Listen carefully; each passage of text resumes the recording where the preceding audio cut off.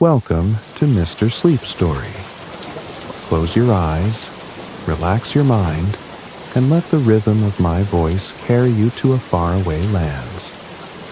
Today's story begins in 5, 4, 3, 2, 1. The city hummed with life, a symphony of neon lights and faint whispers of bottled emotions. In this world, emotions weren't just intangible feelings. They were currency, energy, and power. Along the main thoroughfares, sleek vending machines gleamed in the artificial glow, each stocked with neatly labeled bottles. The labels promised happiness, confidence, serenity, and, for the daring, passion. Lines of people stretched before these machines, their faces weary and drawn, desperate for a taste of what they no longer naturally produced. This was the reality Kael knew too well, a society where emotions were extracted, refined, and consumed like any other commodity. The government regulated the industry under the guise of fairness, ensuring every citizen had access to a limited supply of basic feelings. But not all emotions were equal. A bottle of joy might cost a week's wages, while sorrow was practically free, a dark indulgence for the melancholic. Kael stood in the shadow of a towering advertisement, its holographic display featuring a polished bottle of genuine happiness Tea Mel. The model's glowing smile was a stark contrast to the dull, vacant expressions of those around him. He glanced at the people trudging by, clutching their precious bottles like lifelines. Some sipped sparingly, savoring each drop, while others downed their emotions in one reckless gulp, their pupils dilating as the chemical surge overwhelmed them. The city wasn't just divided by wealth, it was split by emotional access.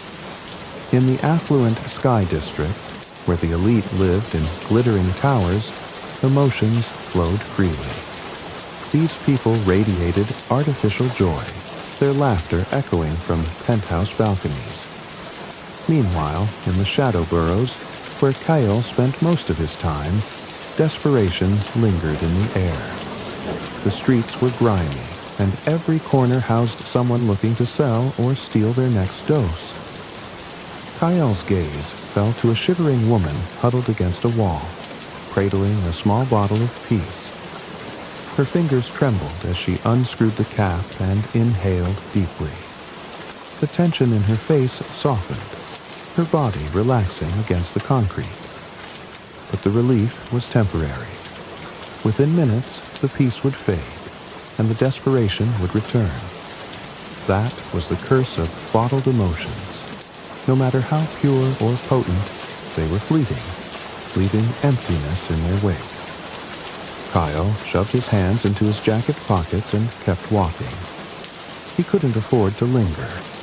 As an extractor, he was part of the system, the invisible cog that kept the machine running.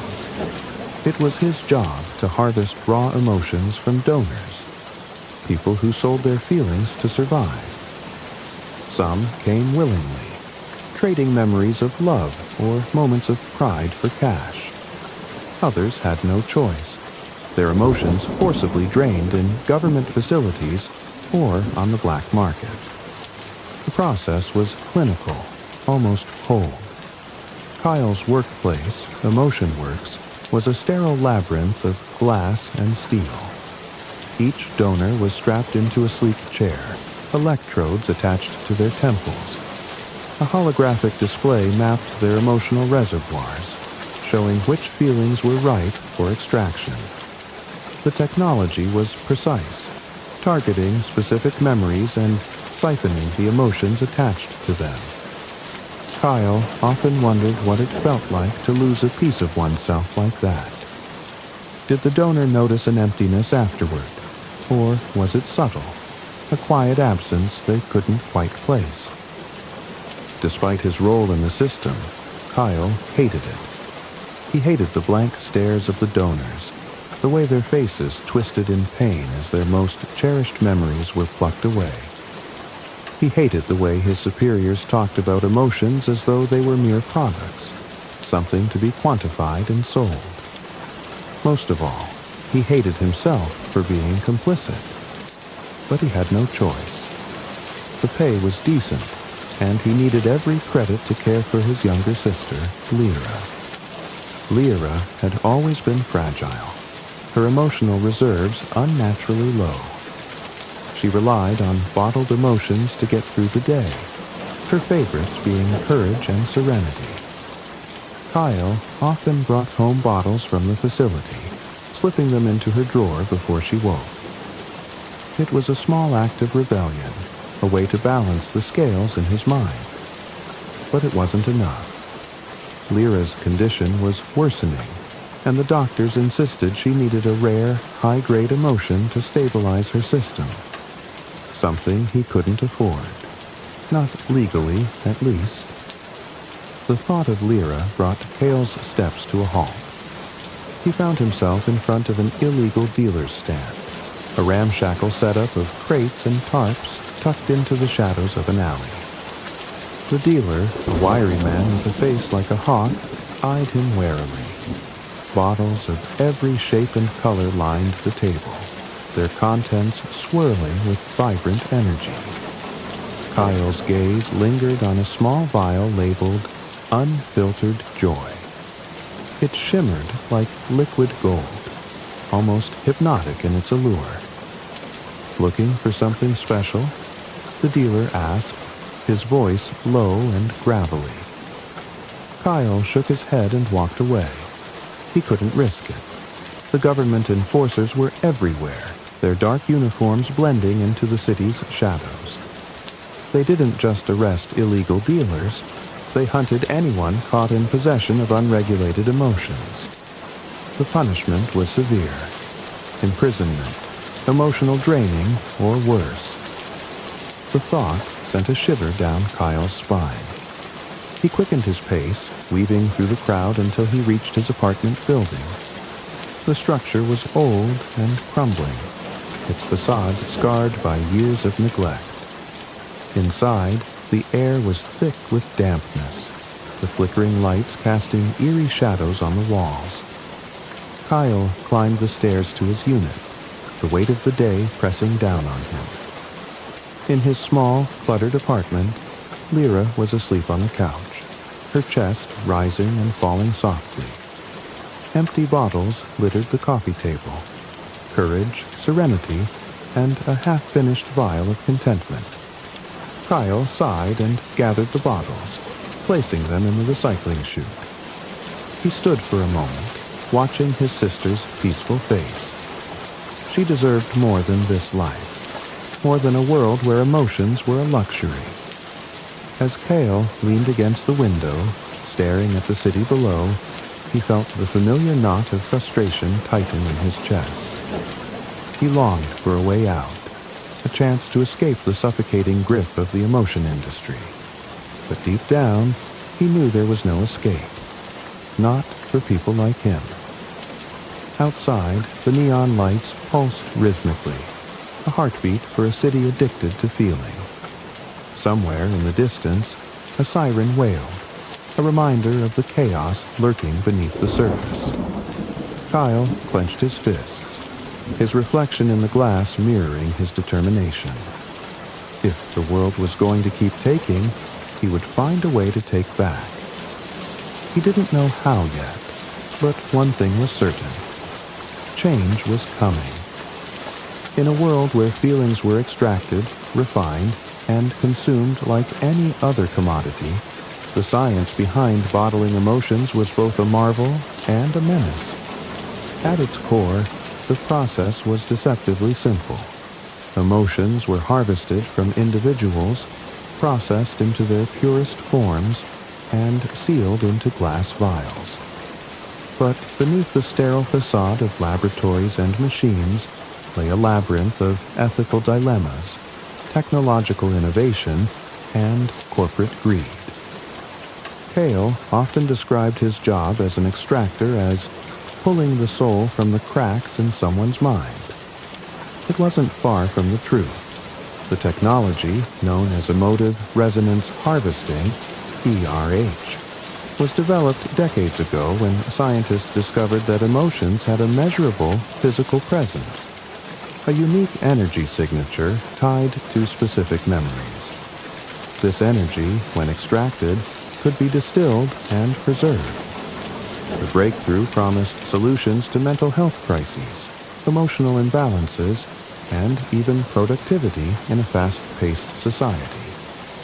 The bottling process began with a donor, an individual whose emotions were ripe for extraction. Each donor underwent a series of evaluations to determine their emotional richness. Memories and experiences formed the foundation of this richness, with events tied to love, joy, and pride, yielding the highest quality emotions. Conversely, anger, sorrow, and fear were easier to extract but less valuable. The donor was seated in a sleek, ergonomic chair surrounded by a web of glowing wires. Sensors were attached to their temples, wrists, and heart to measure emotional resonance. A holographic display projected their memories, mapped out like constellations of light. A technician, often someone like Kael, used the ERH interface to identify key memories tied to the desired emotion. The system highlighted memories with the strongest emotional energy, offering a detailed preview of the donor's experiences. The decision of which memory to extract was both a science and an art. Too weak, and the yield was low. Too strong, and the donor might be left with permanent emotional scars. Once a memory was selected, the machine initiated a gentle but relentless siphoning process. The donor's body trembled as the machine pulled threads of glowing energy from their mind, the memory unraveling like a spool of golden thread. The energy was funneled into a cylindrical chamber, where it coalesced into a shimmering liquid. The raw emotional energy was then passed through a series of filters to remove impurities, fragments of unrelated feelings, residual memories, or traces of trauma. What emerged was a distilled essence, vibrant and alive, ready to be bottled. The final product was sealed in small glass vials, each labeled with the emotion's name, grade, and potency. The vials were designed to preserve the energy indefinitely, preventing degradation over time. The emotions were then distributed to consumers through tightly controlled channels. The government's Emotion Regulatory Agency, ERA, maintained strict oversight, dictating pricing, availability, and legality. Happiness, for instance, was a premium emotion, often out of reach for the average citizen. In contrast, sorrow and guilt were cheap and abundant, often marketed as cathartic indulgences. Emotions were categorized by their purity and potency. Tier 1 contained common emotions like sorrow, mild happiness, and anxiety, affordable but fleeting. Tier 2 was intermediate emotions, confidence, pride, serenity, moderately priced with stronger effects. Tier 3 had the rare emotions, true love, euphoria, passion, expensive and highly coveted, often reserved for the wealthy. Then there were the illegal emotions. These included dangerous or unregulated feelings, such as rage, unfiltered joy, or the mysterious Euphoria Absolute. The system was designed to perpetuate dependence. Consumers were never allowed more than a temporary escape, ensuring they returned for their next dose. The wealthy, however, could afford a constant supply, basking in a never-ending stream of curated feelings. Despite the industry's outward glamour, bottled emotions were not without consequences. Prolonged use led to a phenomenon known as emotional erosion, a condition where the brain's natural ability to generate feelings diminished over time. People who relied too heavily on bottled emotions found themselves hollow, unable to experience anything without artificial aid. Kael had seen it firsthand. At Emotion Works, longtime customers would shuffle in, their faces gaunt and lifeless. They spoke in monotones, their eyes devoid of spark. Some begged for stronger emotions, hoping to reignite the fading flame within. Others simply surrendered, their emotional reserves drained beyond recovery. Another danger was the echo effect, where residual fragments of extracted emotions lingered in the donor's mind. These echoes could manifest as intrusive thoughts, sudden mood swings, or, in extreme cases, personality changes. The government assured the public that such cases were rare, but Kael knew better. He had seen too many donors leave the facility looking like shells of their former selves. For all its regulation, the emotion industry was rife with corruption. The black market thrived, offering emotions the government deemed too dangerous or valuable for public consumption. Illegal dealers often cut their products with impurities, leading to unpredictable and sometimes catastrophic effects. Stories circulated of people losing their minds after consuming tainted emotions, their psyches splintered into chaos. Kael had heard whispers about emotion farms, underground facilities where people were kept in perpetual states of heightened emotion to maximize extraction yields. These farms were said to be run by shadowy organizations, their locations hidden from even the government. The thought sickened him, though he couldn't deny the allure of their products. Black market emotions were potent and untamed, carrying a rawness that legal vials lacked. To Kael, the science of bottling emotions was a double-edged sword. On one hand, it was an incredible feat of human ingenuity, capable of alleviating suffering and enhancing lives. On the other, it was a parasitic industry, preying on people's vulnerabilities and exploiting their deepest experiences. He often wondered about the ethical implications of his work. Did donors truly consent, or were they coerced by poverty and desperation? Was it right to turn something as sacred as love or joy into a commodity? These questions haunted him, but he pushed them aside. He had no choice. Without this job, Lyra wouldn't survive. As he sat at his workstation, calibrating the ERH machine for another extraction, Kael's thoughts drifted to the rare emotion he'd heard whispered about. Euphoria Absolute. It was said to be the purest, most intense feeling ever extracted, capable of altering a person's very soul. The government denied its existence, claiming it was a myth. But Kael wasn't so sure. If it was real, it could change everything, for better or worse. The machine beeped, signaling the next donor's arrival. Kael sighed and prepared for the extraction. Another memory to steal. Another emotion to bottle. It was just another day in a world fueled by feelings, where science and ethics were as tangled as the emotions they harvested. Kael sat hunched over his workstation, staring at the swirling vial of freshly extracted serenity in his hands. The liquid glowed faintly, a pale blue light that pulsed rhythmically, almost like a heartbeat. It was a high-purity batch, the kind that would fetch top credits if sold to the right buyer. But Kael knew better than to think about selling it himself. The government's enforcers were ruthless, and the black market was a maze of treachery. Yet, as he gazed at the vial, Kael couldn't help but wonder if there was another way. Some way to break free from the suffocating grip of the industry and save his sister. Kael, A low, sharp voice called from behind him. Startled, he turned quickly, his fingers instinctively curling around the vial. A woman stood in the doorway of the extraction lab, her figure obscured by the shadows. The overhead lights flickered, briefly illuminating her face. She was striking.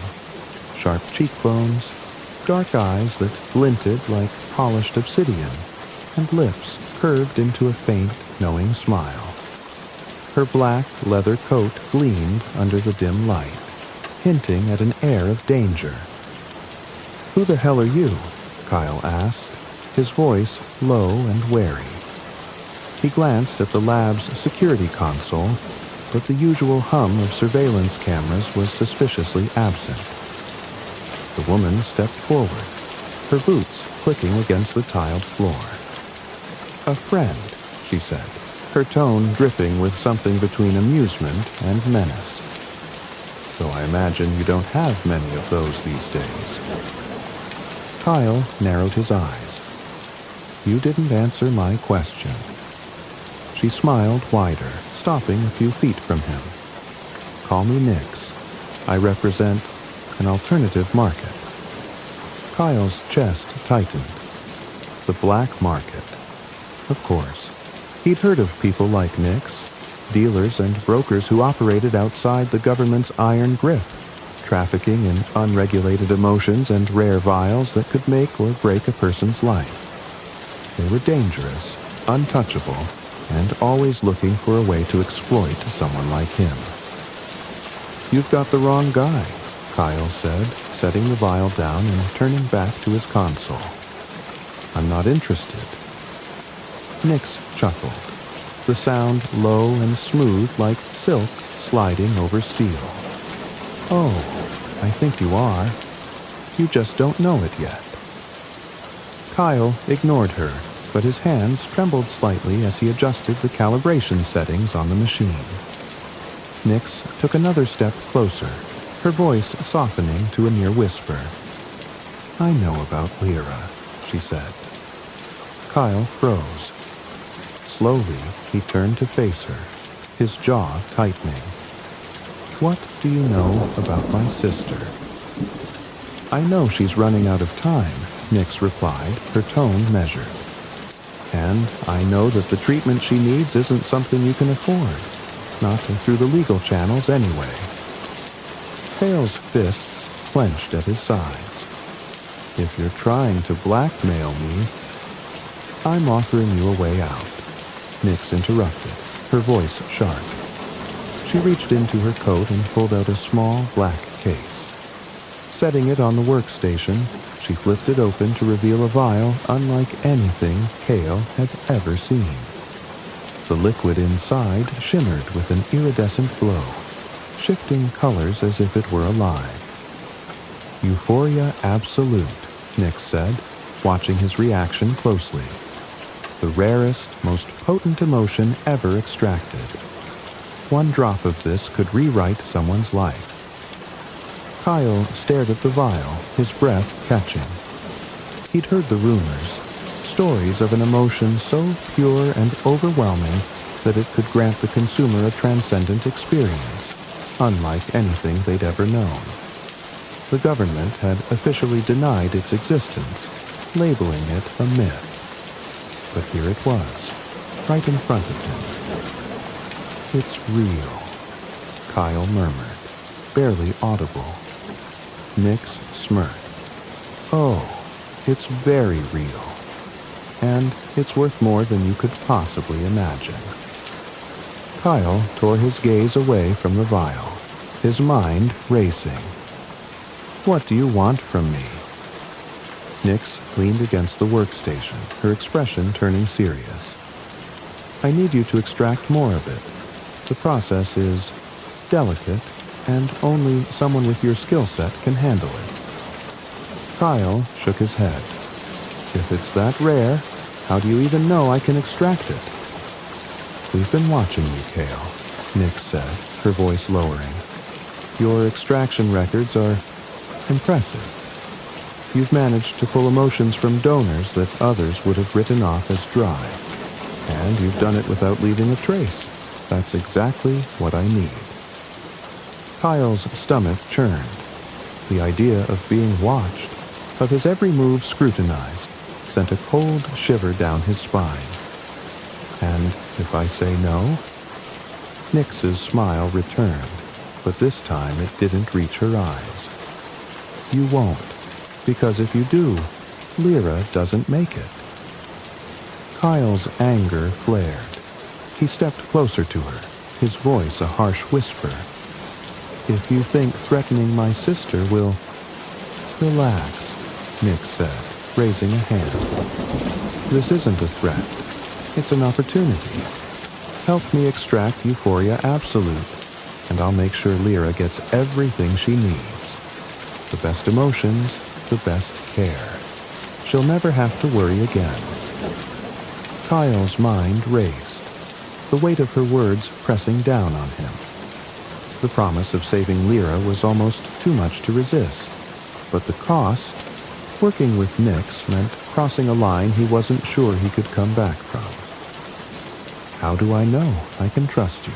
He asked, his voice laced with suspicion. Nyx tilted her head, her dark eyes gleaming. You don't. But think about this, Kael. What other choice do you have? The government doesn't care about people like you or your sister. They'll bleed you dry and leave you with nothing. I'm offering you a way to take control. Kael turned away, staring at the swirling vial of serenity on his workstation. The words, "take control," echoed in his mind, a bitter reminder of how little control he truly had. He thought about Lyra, her frail body curled up on their threadbare couch, her life slipping away bit by bit with every passing day. Could he really afford to say no? After a long silence, Kael spoke, his voice barely above a whisper. What's the catch? Nyx's smile widened. No catch. Just one rule. You don't ask questions. You do the job, you get paid, and your sister gets what she needs. Simple. Kael turned to face her, his expression unreadable. And if something goes wrong? Then it's on me, Nyx said, her tone firm. You're just the extractor. Leave the rest to me. Kael hesitated, his instincts screaming at him to walk away. But deep down, he knew the decision had already been made. He couldn't let Lyra suffer, not when there was even the slightest chance to save her. Fine, he said finally. I'll do it. Nyx's smile turned predatory. Good choice. Meet me tomorrow night at the Crimson Veil. We'll finalize the details there. With that, she turned and walked out of the lab, her coat billowing behind her. Kael stood frozen, his mind a whirlwind of doubt and fear. He'd made his choice, but at what cost? As the door clicked shut behind her, Kael's gaze fell to the shimmering vial of Euphoria Absolute, still sitting on his workstation. It seemed to pulse faintly, as if alive, as if it could sense the chaos it would bring. And for the first time in a long while, Kael felt the sting of true fear. The Crimson Veil was everything Kael imagined the underground market would be. Dark, chaotic, and alive with a dangerous kind of energy. Nestled beneath the crumbling ruins of an abandoned factory, it was a labyrinth of shadowed corridors and cavernous rooms lit by flickering neon signs. The air was thick with the mingling scents of smoke, sweat, and the faintly metallic tang of bottled emotions. To Kael, it felt like stepping into the beating heart of the city's darkest secrets. Nyx had given him directions to meet her at the market's core, a place known simply as the Abyss. It was where the most exclusive deals were made, the rarest emotions traded, and the most dangerous players gathered. As Kael descended the final flight of stairs into the underground, he pulled his jacket tighter around him, his every sense on high alert. The main hall of the market sprawled before him, a chaotic maze of stalls and makeshift booths. Vendors hawked their wares in hushed but urgent tones, their voices barely audible over the hum of the crowd. Bottles of every size and color were displayed like precious jewels, each one glowing faintly with the emotions trapped inside. Kael's eyes roamed the offerings as he moved through the market, his curiosity battling with his unease. There were vials of passion that swirled with deep crimson hues, grief bottled in stormy shades of gray, and courage gleaming like liquid gold. One vendor held up a particularly vibrant vial of rage, the liquid inside crackling with faint sparks of energy. Pure anger, the vendor murmured to a prospective buyer. Extracted during a bar brawl last week, guaranteed to fuel you for days. Nearby, a woman in a tattered coat clutched a small bottle of solace, her trembling hands betraying her desperation. She glanced around nervously before slipping a few crumpled bills into the vendor's hand and disappearing into the crowd. Kael swallowed hard. The desperation in her eyes was all too familiar. For many who came here, the market wasn't a choice. It was a last resort. The government's restrictions and exorbitant pricing pushed people into the shadows, forcing them to gamble on unregulated emotions. It was a cruel irony. In a world where emotions were a commodity, the poorest were left to scavenge for scraps. The further Kael ventured, the more he realized how varied the clientele was. There were hardened criminals, their faces etched with scars and suspicion, bartering over rare vials with black market dealers. Wealthy elites, their features hidden behind ornate masks, browsed the stalls with detached curiosity, their bodyguards standing close by. And then there were the scavengers, street urchins and desperate souls who lingered at the edges of the crowd, hoping to snatch an unattended bottle or beg for a dealer's pity. Kael's attention was drawn to a commotion near one of the larger booths. A man, wiry and wild-eyed, was shouting at a vendor, his voice cracking with panic. "This isn't pure," the man yelled, shaking a half-empty vial of joy. "You cut it with something. I can feel it. This isn't right." The vendor, a burly figure with a face like a bulldog, crossed his arms. "You get what you pay for, pal. You want premium, go find someone else. But I don't do refunds." The man's fury boiled over, and he lunged at the vendor, only to be intercepted by a pair of enforcers dressed in black leather. They hauled him away, his protests fading into the din of the market. The vendor shook his head, muttering under his breath, and returned to his stall as if nothing had happened. Kael quickened his pace, his unease growing. This wasn't a place for second chances. One wrong move, one misplaced word, and you could disappear without a trace. After weaving through the crowded halls for what felt like hours, Kael finally arrived at the abyss.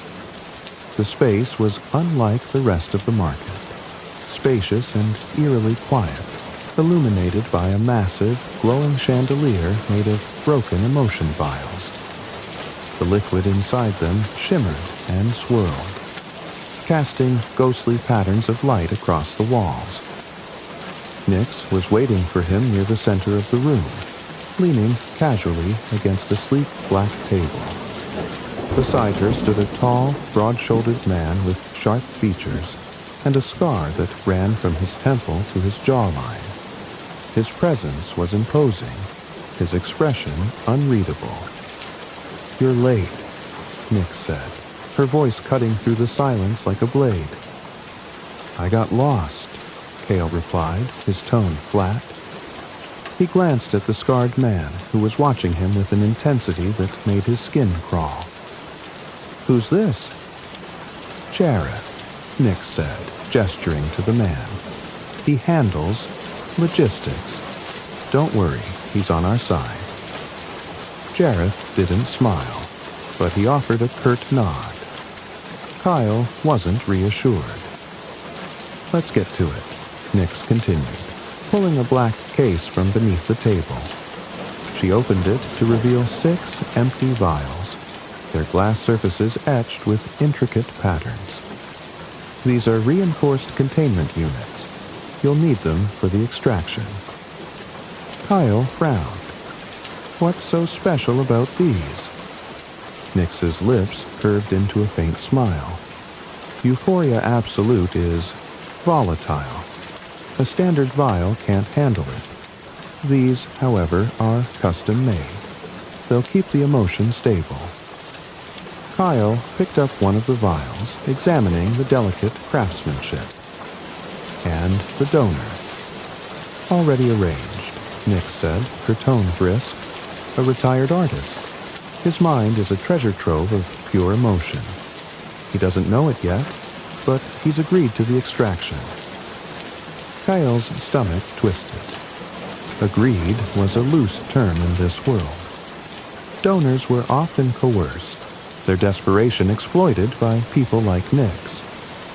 What happens to him afterward? Kael asked, his voice tinged with suspicion. Nix's smile didn't falter. That's none of your concern. Your job is to extract the emotion. Nothing more.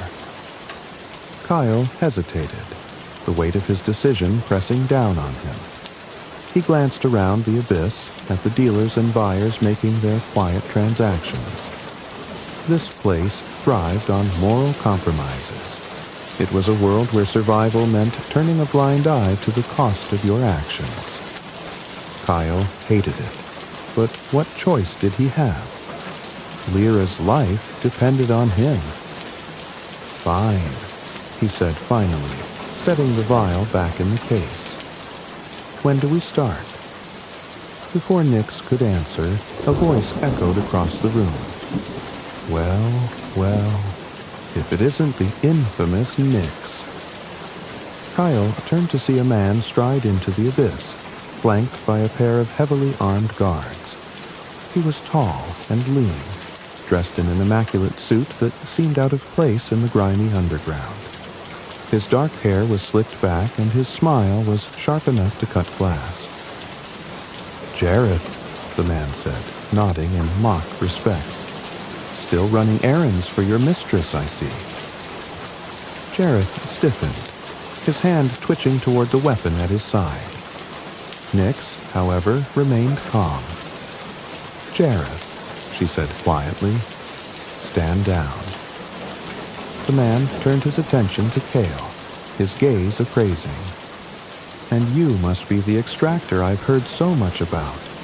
You don't look like much, but I suppose that's the point. Who are you? Kael demanded, his voice steady despite the tension crackling in the air.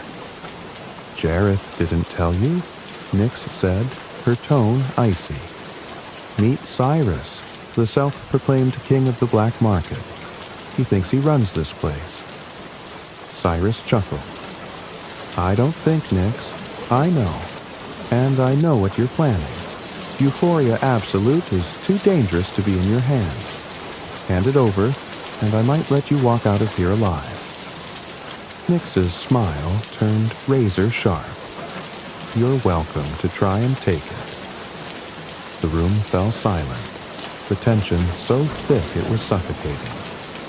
Kael's heart pounded as he realized he'd just stepped into a war far bigger than himself. This was the underground market, a place where power, greed, and desperation collided. And Kael was caught in the middle, his every step pulling him deeper into the shadows. The extraction room was nothing like the clinical, government-regulated labs Kael was used to. This one, deep within the underbelly of the crimson veil, felt like a hybrid of arcane mysticism and cutting-edge technology. The walls were lined with blackened steel, pulsing faintly with veins of glowing circuitry that cast an eerie blue hue across the space. A circular extraction platform dominated the center of the room, its surface covered with etched runes and intricate patterns that looked more at home in a medieval manuscript than a laboratory. Kael stood at the edge of the platform, his chest tight with unease. The reinforced containment vials Nyx had provided were arranged neatly on a nearby table, their etched glass reflecting the faint, otherworldly glow of the room. Beside them sat an array of tools, needles, syringes, and sleek, tubular devices, all designed for one purpose: to extract the rarest and most potent emotions without destabilizing the donor or the energy itself. At the heart of the platform sat the donor, a man in his late 50s named Ewan. His face was lined with the kind of weariness that only years of struggle could etch, but his eyes held a quiet intensity. Nyx had introduced him as a retired artist, someone whose life had been a tapestry of passion, heartbreak, and triumph. Ewan had agreed to the extraction, though Kael suspected he didn't fully understand what he'd signed up for. Few donors ever did. "Do you know why you're here, Ewan?" Kael asked, his voice calm but laced with a hint of apprehension. Ewan nodded, his expression unreadable. "Nyx said you need me, said I've got something special." Kael glanced at Nyx, who stood in the shadows near the door, her arms crossed. Her presence was a constant reminder of the stakes. If this went wrong, Kael wouldn't just be risking Ewan's life, he'd be risking his own. "That's right," Kael said, turning back to Ewan. "Your memories hold a specific emotion, something rare and powerful. My job is to extract it." Ewan chuckled, a low, bitter sound. "Rare and powerful, huh? Never thought my misery would be worth anything." "It's not misery," Kael said quickly. "It's something far more unique, something few people ever experience. We call it Euphoria Absolute." Ewan's brow furrowed, and for a moment he looked almost afraid. "Euphoria? You're joking. My life's been nothing but struggle. How could I have... whatever that is?" Kael hesitated, searching for the right words. Sometimes the most extraordinary emotions come from the deepest pain. Joy, forged in the fires of hardship, is purer, more intense. That's what we're looking for. Ewan didn't respond, but his hands tightened on the armrests of the chair. Kael took a deep breath and moved to the control console, his fingers hovering over the holographic interface. The room's lights dimmed as the platform powered up, the etched patterns glowing brighter in response. A low hum filled the air, vibrating in Kael's chest like a second heartbeat. Kael initiated the first phase of the process, a preliminary scan to map Ewan's emotional resonance. A thin beam of light swept over the man's body, creating a three-dimensional projection of his neural and emotional pathways. The hologram flickered and stabilized, revealing a dense web of golden threads. Each one a memory, each one tied to a specific feeling. "Good," Kael murmured, his focus sharpening. "The resonance is strong." He tapped a few commands, isolating the threads that glowed brightest. These were the memories tied to the deepest, most intense emotions. As the machine worked, Ewan's holographic projection began to shift, replaying fragments of his life. Kael saw flashes of a young Ewan painting furiously in a dimly lit studio, his face streaked with tears and paint. He saw Ewan holding a woman's hand, their laughter echoing in a sunlit field. He saw Ewan standing alone in the rain, his shoulders hunched as he stared at a gravestone. "These memories," Kael whispered, his voice tinged with awe. "They're incredible." Nyx stepped closer, her dark eyes fixed on the projection. "Can you isolate the Euphoria?" Kael nodded, though his hands trembled slightly as he worked. Extracting a specific emotion was always delicate, but Euphoria Absolute was unlike anything he'd ever encountered. The emotion was volatile, its resonance so intense that even the smallest mistake could cause a catastrophic feedback loop. He pinpointed the source, a memory buried deep within Ewan's mind, glowing with an almost blinding intensity. It was tied to a single moment, one that seemed to encapsulate both the greatest joy and the deepest sorrow of his life. "Found it," Kael said, his voice barely audible. The machine projected the memory onto the room's central display, and Kael felt his breath catch. The scene unfolded like a vivid dream. Ewan was standing on a stage, a gallery of his paintings displayed behind him. The room was filled with people, their applause thunderous as they rose to their feet. Ewan's face was alight with joy, his eyes glistening with tears. But there was something else, a shadow of pain that lingered beneath the surface. As the memory continued, the applause faded, replaced by a quieter moment. Ewan stood alone in the gallery, staring at a single painting, a portrait of the woman he had loved and lost. The euphoria of his triumph mingled with the ache of her absence, creating an emotion so profound it defied description. "That's it," Kael said, his voice trembling. "That's the source." He activated the extraction module, and the machine's hum deepened. A series of thin, glowing filaments extended from the platform, connecting to Ewan's temples. The man winced, but didn't cry out, his hands gripping the armrests tightly. "Hold still," Kael instructed, his eyes locked on the console. The extraction began, the glowing threads of memory unraveling and spiraling toward the containment chamber. The liquid inside swirled violently, its colors shifting and pulsing with a life of their own. Ewan's breathing grew ragged, his face contorted with pain. "What's happening?" he gasped. "You're reliving the memory," Kael said, his tone steady despite the tension in his chest. "It's part of the process. Just hold on." The machine's readings spiked, warning lights flashing across the console. Kyle's heart pounded as he scrambled to stabilize the extraction. The emotion was stronger than anticipated, its intensity threatening to overload the system. "This is too much," he muttered, his fingers flying across the interface. "Nyx, we need to stop." "No," Nyx snapped, her voice cutting through his protests. "We can't stop now. Keep going."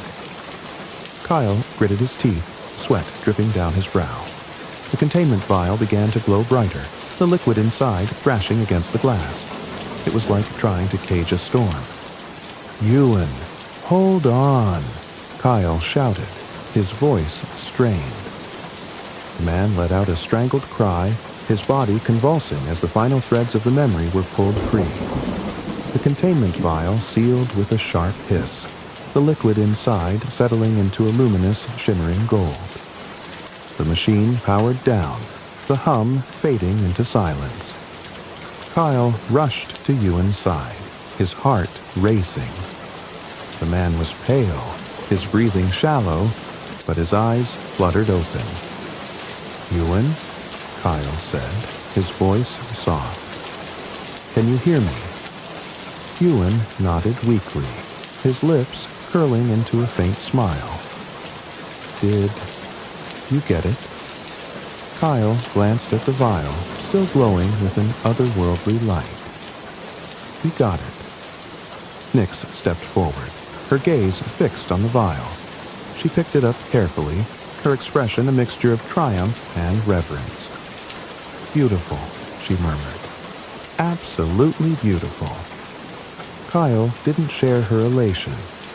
His hands trembled as he checked Ewan's vitals, the weight of what they'd just done pressing down on him. "Is he going to be okay?" Kael asked, his voice edged with anger. Nyx shrugged. "He's alive. That's what matters." Kael clenched his fists, but he held his tongue. Ewan had survived, but at what cost?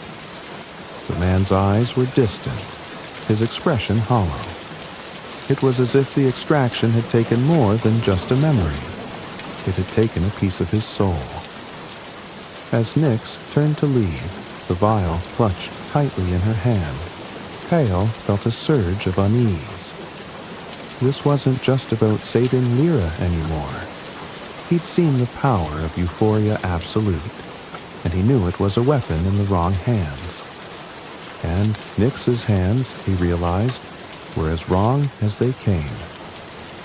Kael stood in the dim light of the extraction chamber, his mind swirling as he replayed the events of the night. Ewan was resting, his breathing shallow, and Nyx had disappeared with the vial of Euphoria Absolute, leaving Kael with only questions and a heavy sense of foreboding. The extraction had been more volatile than anything he'd ever encountered, but it wasn't just the process that unsettled him. It was the feeling that he'd unleashed something far beyond his control. As Kael exited the chamber, the air in the Crimson Veil felt heavier, more oppressive. The usual chaos of the underground market seemed muted, its vibrant energy replaced with whispers and furtive glances. Something was wrong. Kael pulled his hood over his head and moved quickly through the winding corridors, his thoughts racing. Nyx had promised answers, but her abrupt departure left him with nothing but unease. He arrived at the rendezvous point she'd mentioned earlier, a secluded back room lit by a single hanging bulb. Nyx was already there, sitting at a metal table with the vial of Euphoria Absolute placed carefully before her. Beside her stood Jareth, his hulking frame casting a long shadow across the room. "You took your time," Nyx said, her tone sharp but laced with amusement. Kael ignored her jab and pointed to the vial. "What happens now? You said we'd talk." Nyx smirked and leaned back in her chair. "Patience, Kael. All in good time." Nyx gestured for him to sit, and reluctantly he did. The vial gleamed between them, its golden contents shifting and swirling as if alive. Kael couldn't tear his eyes away from it. "That," Nyx said, nodding toward the vial, "is more than just an emotion. It's power."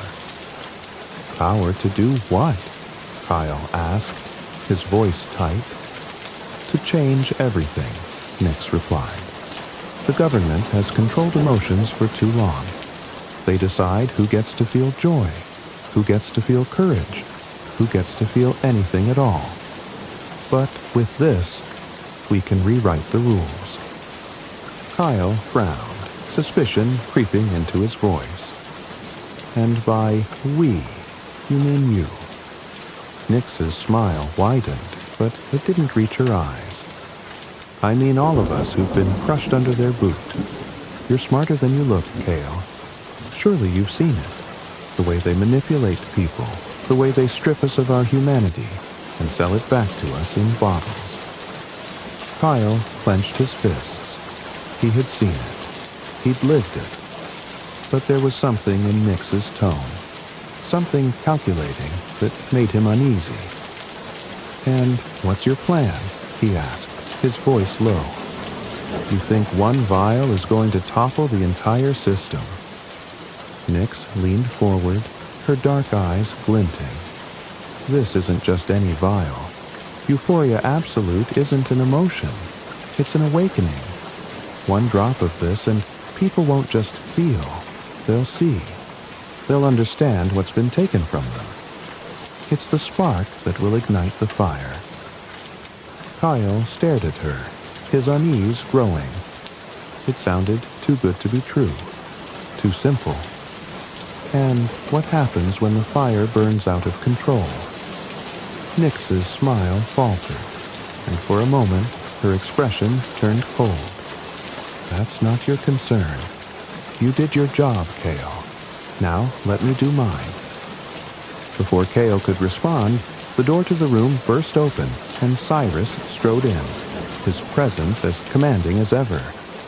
2 armed guards flanked him, their weapons gleaming in the dim light. "Well, well," Cyrus said, his voice dripping with mockery. "I wondered where you'd scurried off to, Nyx, and here you are, plotting revolution like a proper cliché." Nyx's eyes narrowed, and Jareth stepped forward, his hand resting on the hilt of a blade at his side. "You're out of your depth, Cyrus," she said coolly. "This doesn't concern you." "Oh, but it does," Cyrus replied, his gaze shifting to the vial on the table. "You see, I can't let you unleash that chaos into my market.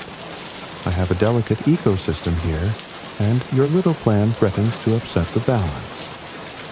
Kyle's heart raced as he realized the gravity of the situation. He was caught between 2 powerful figures, each with their own agenda, and the vial of Euphoria Absolute was the prize. "Nyx," Kael said, his voice firm, "you said this was about breaking the government's control, but now it sounds like you just want to replace it." Nyx shot him a sharp look. "Don't be naive, Kael. Change requires sacrifice. If a few systems fall, so be it." Cyrus chuckled. "Listen to her, Kael. She's not a savior. She's just another tyrant in the making." "And you're any better?" Kael shot back, his frustration boiling over. Cyrus's smile didn't waver. "I don't pretend to be anything I'm not. I run a business. I deal in emotions, and I keep the chaos contained. People like Nyx? They'd burn the whole world down just to watch it burn." Before anyone could react, Jareth drew his blade and lunged at Cyrus. The room erupted into chaos as Cyrus's guards opened fire, the deafening crack of gunshots reverberating off the steel walls. Kael dove for cover, his heart pounding as bullets ricocheted around him. Nyx snatched the vial from the table and slipped it into her coat, her movements swift and calculated. "Kael!" she shouted over the noise. "Stay with me." But Kael didn't move. Something inside him had shifted, a realization that he couldn't trust Nyx any more than he could trust Cyrus. Both of them were playing a game, and he was just a pawn. As the gunfire subsided, Kael saw Jareth standing over one of Cyrus's guards, his blade dripping with blood. Cyrus had retreated toward the door, his face a mask of fury. "This isn't over," Cyrus snarled. "You've made a powerful enemy, Nyx." "Get in line," Nyx shot back, her tone icy. Cyrus disappeared into the shadows, leaving behind a room littered with broken furniture and bodies. Nyx turned to Kael, her expression unreadable. "Are you coming or not?" she asked. Kael hesitated, his mind racing. He thought of Lyra, of the promise Nyx had made, and of the vial now hidden in her coat. Could he really trust her to keep her word? Or was she just another manipulator, using him to further her own agenda? "No," Kael said finally, his voice steady. "I'm not coming with you." Nyx's eyes widened in surprise, but only for a moment. Her expression quickly hardened. "Don't be stupid, Kael. You're in this whether you like it or not." "Maybe," Kael said, taking a step back, "but I won't be your pawn." Nyx's gaze turned cold, and she shook her head. "You'll regret this." She turned and disappeared into the shadows, Jareth following close behind. Kael stood alone in the wreckage, his heart pounding. The vial was gone, and with it, any chance of undoing what he'd set in motion. But as Kael stared at the empty table, a spark of determination flared within him. He didn't need Nyx or Cyrus to make things right. If the vial was as powerful as they claimed, he couldn't let it fall into the wrong hands. Any hands. Kael stepped out of the room and into the chaotic corridors of the Crimson Veil, his mind set. He had no plan, no allies, and no idea where to start. But one thing was clear. The game wasn't over yet, and for the first time, Kael was ready to play. Kael stepped out of the Crimson Veil and into a city teetering on the edge of pandemonium. The air was electric with tension, the streets abuzz with whispers about the vial of Euphoria Absolute. Rumors had spread like wildfire, carried by the same black market channels that Nyx had navigated so skillfully. Everyone wanted it. Criminals, collectors, rebels, and even the government. The chaos Nyx had promised was no longer a future threat. It had already begun. The first sign of trouble came as Kael turned onto a main thoroughfare. A group of enforcers, clad in their black uniforms and glowing helmets, had cordoned off a section of the street. They were searching people at random, their harsh voices cutting through the crowd. Nearby, a young woman was pleading with one of them, clutching a small vial of bottled confidence as though her life depended on it. "It's legal," she cried, her voice trembling. "I bought it from a licensed vendor." The enforcer didn't respond. He grabbed the vial from her hand, examined it briefly, and then smashed it against the ground.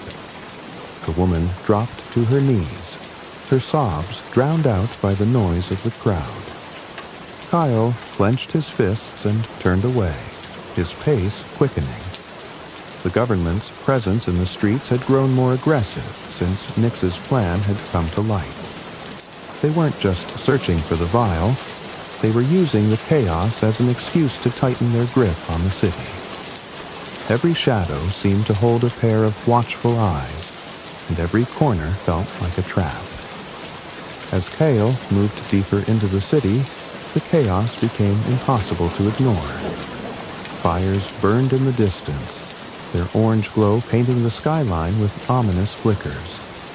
Protesters clashed with enforcers in the central square, their shouts of defiance echoing through the air.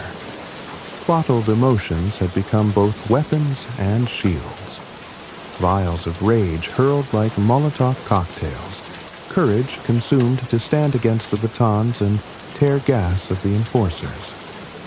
Kael passed a group of masked figures huddled around a makeshift table in an alley. They were dealing unregulated emotions, their voices hushed but urgent. One of them held up a vial of grief, its stormy contents swirling violently. "This one's pure," the dealer said, his tone insistent. "Pulled from a funeral, right at the peak of mourning, perfect for numbing the pain." Kael didn't stop to watch the transaction. He had no time to dwell on the desperation that surrounded him. He needed to find Nyx and the vial. His earlier resolve to stay out of her war had crumbled as he witnessed the chaos she had unleashed. If Euphoria Absolute fell into the wrong hands, or if Nyx used it the way she intended, the city wouldn't just descend into disorder. It would burn. Kael's search led him to a small tavern tucked away in the Shadow Burrows, a place he and Nyx had used as a meeting point in the past. The atmosphere inside was tense, the usual din of laughter and conversation replaced by quiet murmurs. Patrons sat hunched over their drinks, their eyes darting nervously toward the door with every creak of the hinges. Kael approached the bartender, a grizzled man with a scar running down his cheek. "I'm looking for Nix," he said, keeping his voice low. The bartender's gaze flicked to Kael, his expression unreadable. "You're not the first one asking about her." "What do you mean?" Kael demanded. "She's got half the city chasing her," the bartender replied, leaning in closer. "Word is, she's holed up near the old docks. But be careful. Cyrus has people everywhere. They're hunting her, and anyone caught in the middle won't live to see tomorrow." Kael nodded and slid a few credits across the counter. The bartender pocketed the money without another word, and Kael turned to leave. As he reached the door, a voice called out behind him, "You won't make it." Kael turned to see a figure sitting in the shadows, their face obscured by a hood. "What's that supposed to mean?" he asked. "She'll betray you," the figure said, their tone calm but chilling.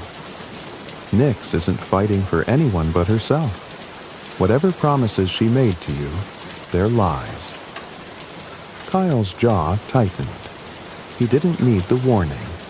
Deep down, he already knew.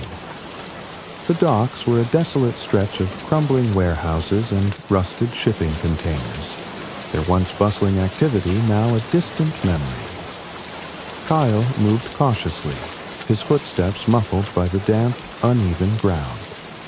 The air was thick with the smell of salt and decay, the distant sound of waves breaking against the shore the only sign of life. He found Nix in an abandoned warehouse, surrounded by a small group of loyalists. The vial of Euphoria Absolute rested on a makeshift altar, its golden glow casting long shadows across the room. Nix stood at the center, her presence commanding despite the tension in the air. "You're persistent," she said as Kael approached. Her tone was casual, but her eyes were sharp, watching him carefully. Kael didn't mince words. "This has to stop, Nix. Look outside. This city is falling apart.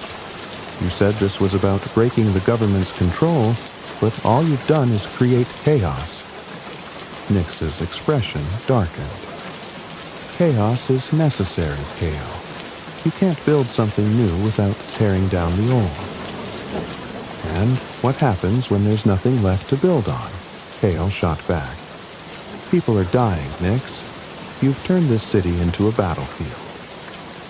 Nix stepped closer, her voice dropping to a dangerous whisper. "Don't lecture me, Kael. You've seen what they've done to us, what they've done to your sister. This is the only way to make them pay." Kael shook his head. "This isn't justice. It's revenge." Before Nix could respond, the sound of footsteps echoed through the warehouse. Kael turned to see Cyrus and his men entering, their weapons drawn. The air grew heavy with tension, the room crackling with the anticipation of violence. "End of the line, Nix," Cyrus said, his voice smooth but menacing. "Hand over the vial, and I might let you live." Nix's loyalists raised their weapons, but she held up a hand, stopping them. "You think I'm afraid of you, Cyrus?" she said, her tone defiant. "You're nothing but a parasite, feeding off the scraps of a broken system." "And you're a delusional fool," Cyrus retorted. "You think that vial is the answer? It's a ticking time bomb, and you're too blind to see it." Kael's gaze flicked between them, his mind racing. The vial sat unguarded on the altar, its glow mesmerizing. It was the key to everything, the chaos, the conflict, and the potential for something far worse. If it fell into Cyrus's hands, the city would spiral further into darkness. But if Nix used it, there might not be a city left to save. As the standoff escalated, Kael made his move. He sprinted toward the altar, his heart pounding as he reached for the vial. A shot rang out, the sound deafening in the enclosed space. Pain exploded in Kael's shoulder, but he ignored it, his fingers closing around the vial just as Cyrus and Nyx lunged for him. Kael didn't stop to think. With every ounce of strength he had left, he smashed the vial against the ground. The golden liquid erupted into a blinding light, a wave of energy that rippled outward and engulfed the room. For a moment, everything was silent. Then came the screams. Kael fell to his knees, his vision swimming as the energy washed over him. It was overwhelming, a flood of emotions so intense that it felt like his mind was being torn apart. He saw flashes of memories that weren't his own, felt joy, sorrow, love, and despair all at once. And then, as suddenly as it began, it was over. The warehouse was in ruins, its walls scorched and crumbling. Nyx and Cyrus were gone, their fates unknown. The city outside was eerily quiet, the chaos momentarily stilled by the shockwave of Euphoria Absolute's release. Kael sat in the wreckage, his body battered and his mind reeling. He had destroyed the vial, but at what cost? The city was forever changed, and so was he. As he stumbled to his feet, one thought echoed in his mind. The fight wasn't over. It had only just begun. Kael staggered through the ruined warehouse, his head pounding from the aftershocks of Euphoria Absolute's release. The golden explosion had left him dazed, his senses overwhelmed by a flood of emotions that weren't entirely his own. For a moment, he had felt everything. The raw, unfiltered experiences of countless lives tangled with his own memories. The beauty and agony of it all still clung to him like a phantom, an unshakable weight. The city outside was eerily quiet. The riotous chaos that had engulfed it hours earlier seemed to have vanished, replaced by an unnatural stillness. Kael stumbled to the shattered remains of the warehouse doors, his footsteps crunching against shards of glass and debris. When he stepped into the street, the eerie silence gave way to distant murmurs, a city holding its breath. The scene before him was surreal. The once crowded streets were nearly deserted, save for scattered groups of people huddled together, their faces pale and drawn. Some sat on the ground, clutching their heads as though trying to process what had just happened. Others stared at Kael as he passed, their eyes wide with fear or awe. Kael overheard snippets of conversations as he moved through the city. Did you feel that? It was like I was someone else. It wasn't just me, right? I saw things that weren't mine. I think I felt her pain, my sister's pain from years ago. The wave of Euphoria Absolute had connected them all in a way they couldn't fully comprehend. It had torn down the barriers between people, exposing them to the raw essence of humanity. For some, it was a revelation. For others, it was a nightmare. Kael's shoulder throbbed where the bullet had grazed him, but he pressed on. His mind was racing, torn between conflicting thoughts. He had destroyed the vial, but the fallout was far greater than he'd anticipated. Nyx's plan to incite rebellion had been set in motion, but in a way neither she nor Cyrus could have predicted. The people weren't rioting anymore. They were questioning, searching, desperate to understand what they had felt. And Kael wasn't sure what to do next. He didn't have to wonder for long. As he turned a corner, he found Nyx waiting for him in the shadows of a crumbling building. Her coat was torn, her hair disheveled, but her eyes burned with the same fierce determination he had seen before. She stepped into his path, her presence as commanding as ever. "You couldn't leave it alone, could you?" she said, her voice sharp but tinged with something else, an emotion Kael couldn't quite place. Kael stopped, his breathing ragged. "I had to. You saw what it was doing, Nyx. If I hadn't destroyed it, the city would have..." "Would have what?" she snapped, cutting him off. "Burned? Fallen apart? Open your eyes, Kael. The city's already broken. All I did was show people the truth." "The truth?" Kael barked out a bitter laugh. "You think this is truth? People are lost, Nyx. They don't know what to do with what they've felt. You've made them pawns in your war." Nyx's expression hardened. "This isn't about me. It's about tearing down the system that's kept us chained. Euphoria Absolute was the key, and you..." She jabbed a finger at his chest, her voice rising. "You destroyed it." Kael met her gaze, unflinching. "Because you didn't care what it would cost. People aren't tools, Nyx. You can't just use them and throw them away when they've served their purpose."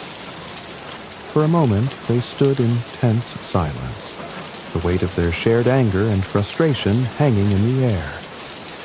Then Nyx's expression shifted, the fire in her eyes dimming slightly.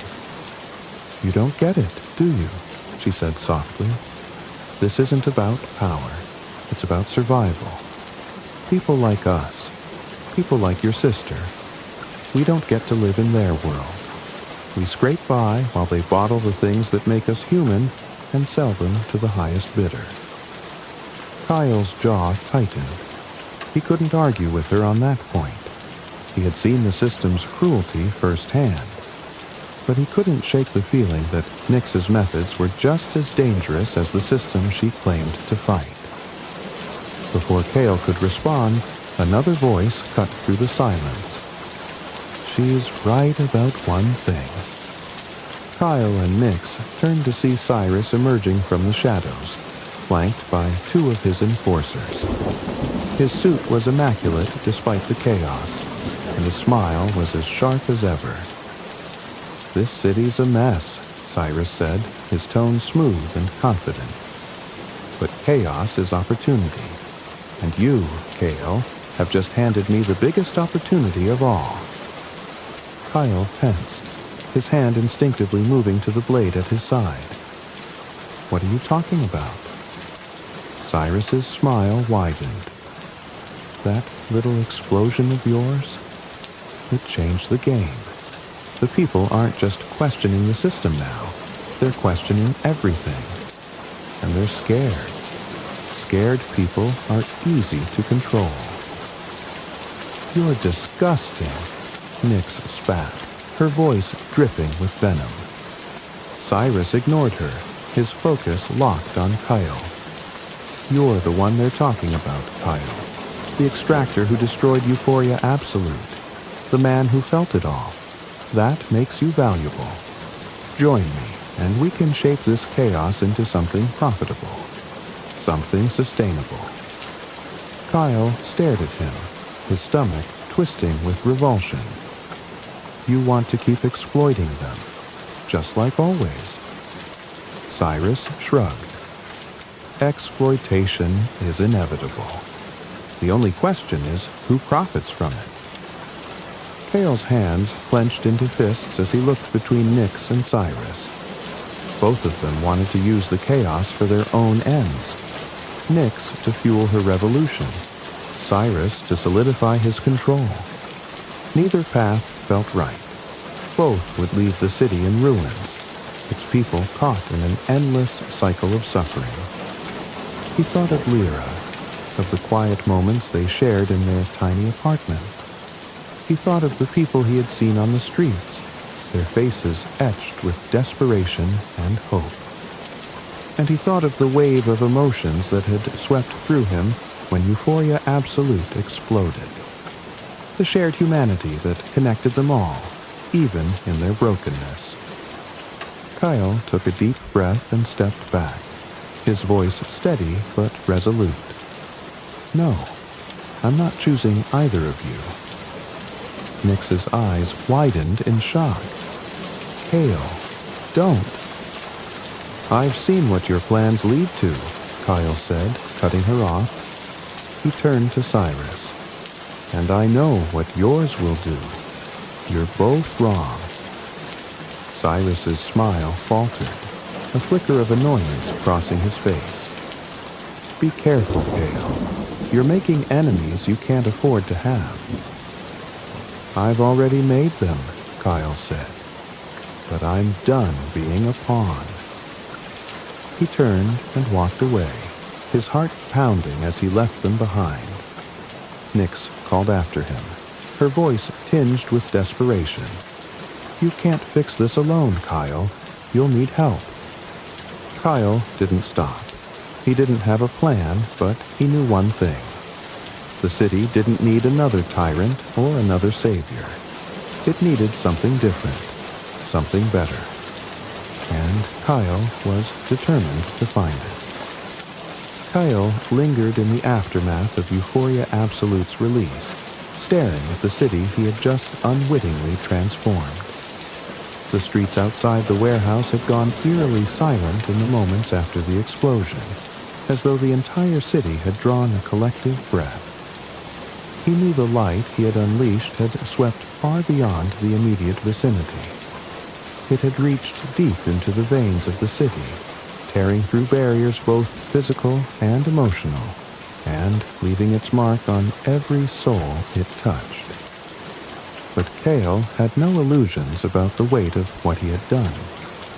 The vial's destruction had not brought peace, nor had it resolved the injustices that had plagued the city for decades. It had fractured something deep within its foundations, leaving the people exposed to the raw, unfiltered truth of themselves and each other. That exposure had ignited something powerful, but whether it was hope or despair, Kael couldn't yet tell. In the days following the explosion, the city seemed suspended between two extremes. On one side, people had been invigorated by the flood of shared humanity, their newfound understanding sparking acts of solidarity and compassion. On the other, many had been broken by the intensity of the emotions they had experienced, unable to process the overwhelming deluge of feelings that weren't entirely their own. Kael saw the effects firsthand as he moved through the city. A man stood on a corner, speaking fervently to a small crowd about the connections they had all felt during the explosion. "We've been divided for too long," he shouted. "That feeling, it showed us what they've taken from us. We can be more than this." Not far from him, a woman sat alone, clutching her knees and rocking back and forth, tears streaming down her face. Kael recognized the signs. Someone who had been overwhelmed by the memories they had absorbed during the event. The light of Euphoria Absolute had illuminated the truth of their existence, but for some, it was too much to bear. The government responded predictably, cracking down harder than ever. Enforcers swept through the streets, detaining anyone who spoke too loudly about the explosion or the emotions it had unleashed.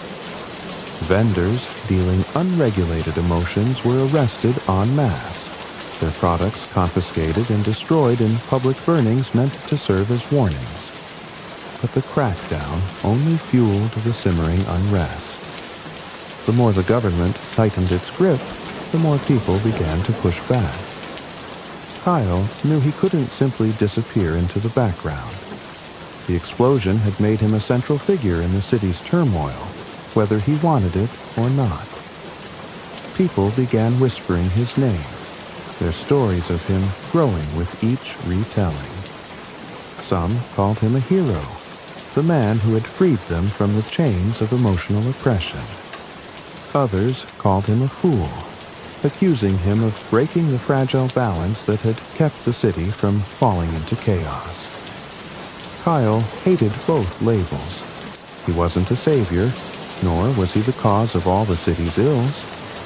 He was just a man who had made a choice that had spiraled beyond his control. One evening, a group of protesters stopped him as he made his way through a crowded street. Their leader, a wiry man with piercing eyes, grabbed Kael's arm. "You did this," the man said, his voice a mixture of anger and desperation. "You showed us what they've been hiding. But what are you going to do about it?"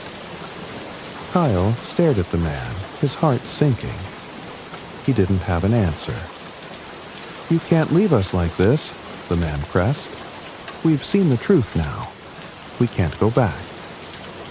Kael pulled his arm free and walked away, the man's words ringing in his ears. He had unleashed something far bigger than himself, and now the city was looking to him for guidance he didn't know how to provide. Kael's first instinct was to retreat, to return to Lyra and shield himself from the chaos. But he quickly realized that hiding wasn't an option.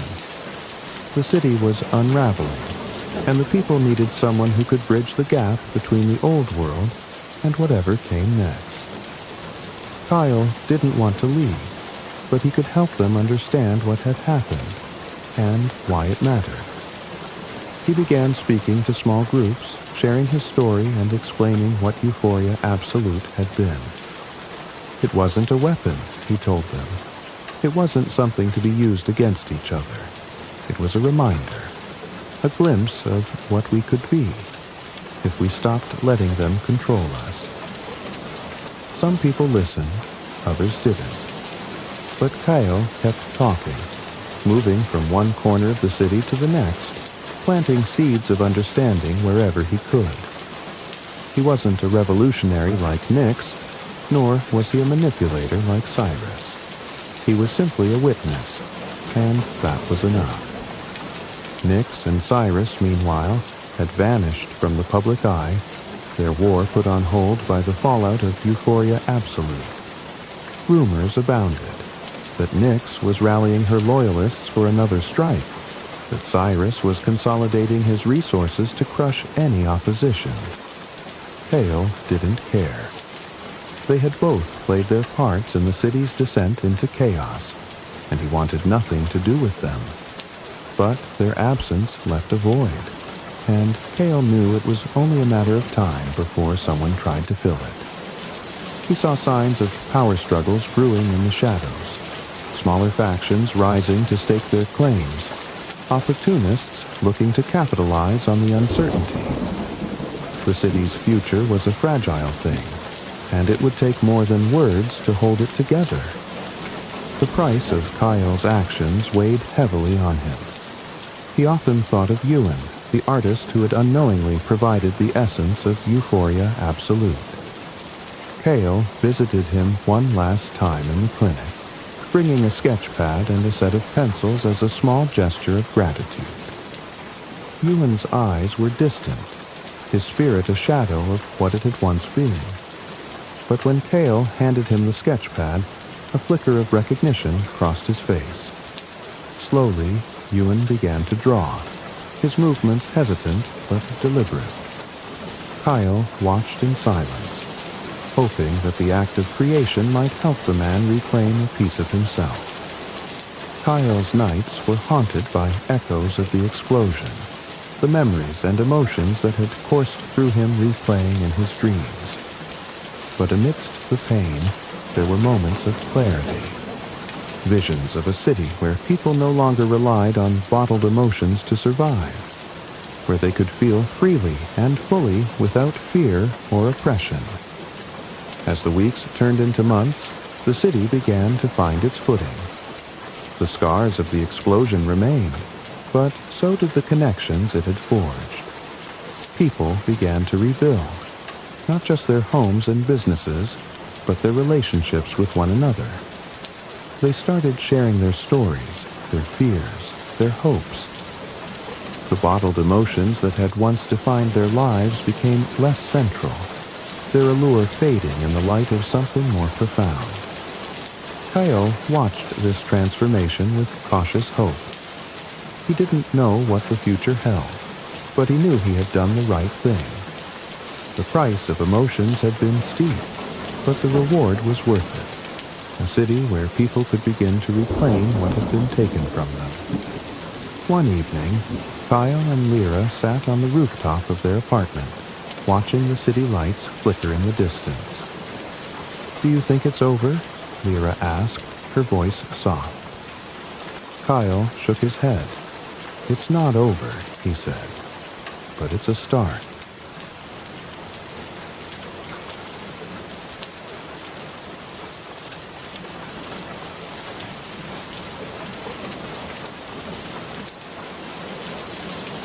The city was wrapped in winter's icy grip, its cobblestone streets coated with a thin layer of snow that crunched underfoot. A bitter wind howled through narrow alleyways, carrying tiny shards of ice that stung exposed skin. The sun, weak and pale, hung low in the sky, casting long shadows over the rooftops. It was Christmas Eve, but the cheer that filled the hearts of some could not thaw the cold reality that gripped others. The bustling market square stood at the center of the city, alive with the sights and sounds of the season. Shoppers, bundled in thick coats and scarves, haggled over roasted chestnuts and fresh bread, their laughter and chatter rising into the frosty air. Stalls adorned with holly and pine offered brightly wrapped parcels, golden trinkets, and ornaments that sparkled like jewels. The smell of mulled wine and spiced cider mingled with the aroma of roasted meats, creating a tantalizing mix that hinted at feasts waiting to be devoured. Yet, not far from this scene of abundance, the city revealed a different face. In the shadowed corners of the square, the poorer folk huddled together for warmth, their thin garments offering little protection against the elements. Children with hollow cheeks and sunken eyes darted between the crowds, begging for scraps or pennies. Their pleas were often met with hurried footsteps or averted gazes, as those more fortunate focused on their own merriment. The architecture of the city mirrored its dichotomy. The grand houses of the wealthy, with their ornate facades and glowing windows, lined the main thoroughfares like sentinels of prosperity. Inside, the glow of chandeliers illuminated opulent dining rooms, where families gathered around tables laden with fine china and silverware. Fires roared in grand hearths, casting a golden warmth that seemed to mock the frigid world beyond.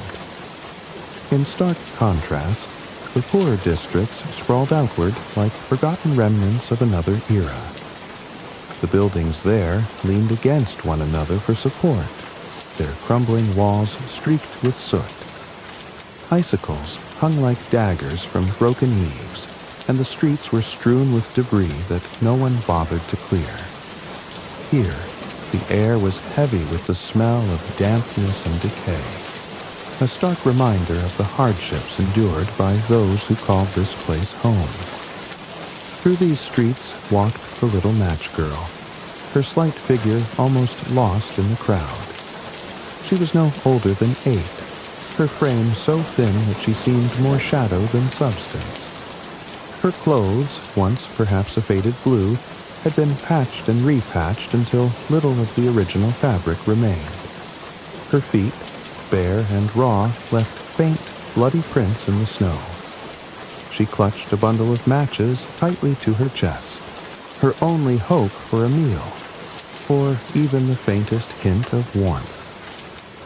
The biting wind tugged at her golden hair, which spilled from beneath a tattered bonnet like rays of sunlight breaking through a stormy sky. Her cheeks, reddened by the cold, bore a beauty that only the innocent possess, though it was marred by the dirt and grime of her circumstances. Her eyes, wide and blue as a winter morning, held a mixture of hope and desperation, searching the faces of passers-by for even the smallest sign of kindness. She paused beneath a flickering gas lamp, its pale light offering a faint reprieve from the encroaching darkness. Around her, the festive chaos of the city continued unabated. Carriages rattled over uneven stones, their wheels kicking up slush. Street vendors shouted their wares, their voices carrying over the din of jingling bells and distant carolers. But for the little match girl, it was as though she stood in a world apart, unseen and unheard, a ghost in the land of the living. A few steps away, a group of well-dressed children gathered around a toy stall, their laughter echoing like music in the cold air. They marveled at the miniature soldiers, wind-up dolls, and intricately carved wooden horses, their faces aglow with delight. One of the boys clutched a shiny red apple, taking a bite that sent a burst of steam into the frigid air. The little match girl watched them for a moment, her fingers tightening around the matches as if to draw strength from their meager warmth. Farther down the street, a man in a top hat and a fur-lined coat strode briskly past her, his boots polished to a mirror shine. He carried a large parcel wrapped in bright paper, the scent of freshly baked pastries wafting from within. The little match girl hesitated, her lips parting as if to speak, but the words froze in her throat. The man didn't notice her. His eyes were fixed ahead, his mind perhaps on the feast that awaited him. The hours passed, and the city's atmosphere grew ever more festive. The bells of a nearby church began to chime, their deep, resonant tones carrying a solemn reminder of the holiday's true meaning. Yet, for all its beauty, the sound only deepened the little match girl's loneliness. She thought of her small, dark room at home, where the stove had long since gone cold, and her father's temper burned hotter than any flame. It was a place she dreaded returning to, though her empty stomach and numb limbs urged her to seek shelter. As twilight descended, the city took on an otherworldly glow. The snow-covered rooftops glistened under the light of the gas lamps, and the windows of the wealthier homes sparkled like jewels. It was a scene of beauty and wonder, a perfect picture of Christmas joy. Yet, beneath its surface lay a stark truth. For every family gathered around a fire, for every child unwrapping gifts, there were countless others left out in the cold. The little match girl looked up at the sky, where the first stars of the evening began to appear. Their cold, distant light seemed to mock her plight, offering no warmth or solace. She let out a small sigh, her breath forming a faint cloud that quickly dissipated. Clutching her matches even tighter, she stepped away from the gas lamp and into the shadows, her small figure disappearing into the night. The city carried on, oblivious to her struggle. It was a world of contrasts, of warmth and cold, joy and sorrow, abundance and want.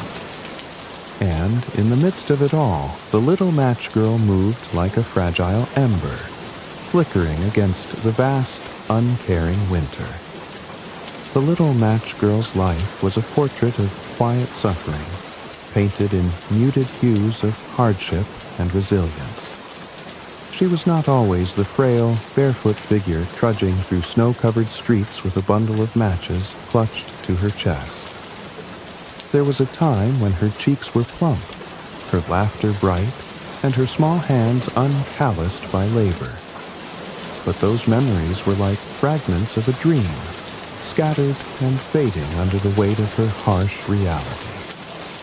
Born into a family that once knew modest comfort, her early years were marked by warmth and love. Her mother, a gentle woman with soft hands and a voice like a lullaby, would hum tunes as she braided the little girl's golden hair by the light of their small hearth. Their home, though simple, was filled with a sense of security. Her father worked as a carpenter, his strong hands crafting wooden toys and furniture that bore the faint scent of pine. The little match girl would often sit at his feet, watching intently as he carved intricate patterns into the wood, her wide blue eyes reflecting the flickering light of the fire. But fate, cruel and unyielding, had other plans. A sudden illness swept through their home, claiming her mother's life in the depth of winter, when the earth was as cold and unforgiving as the sorrow in their hearts. The warmth of her mother's embrace was replaced by the chill of absence, a void that no amount of love or memory could fill.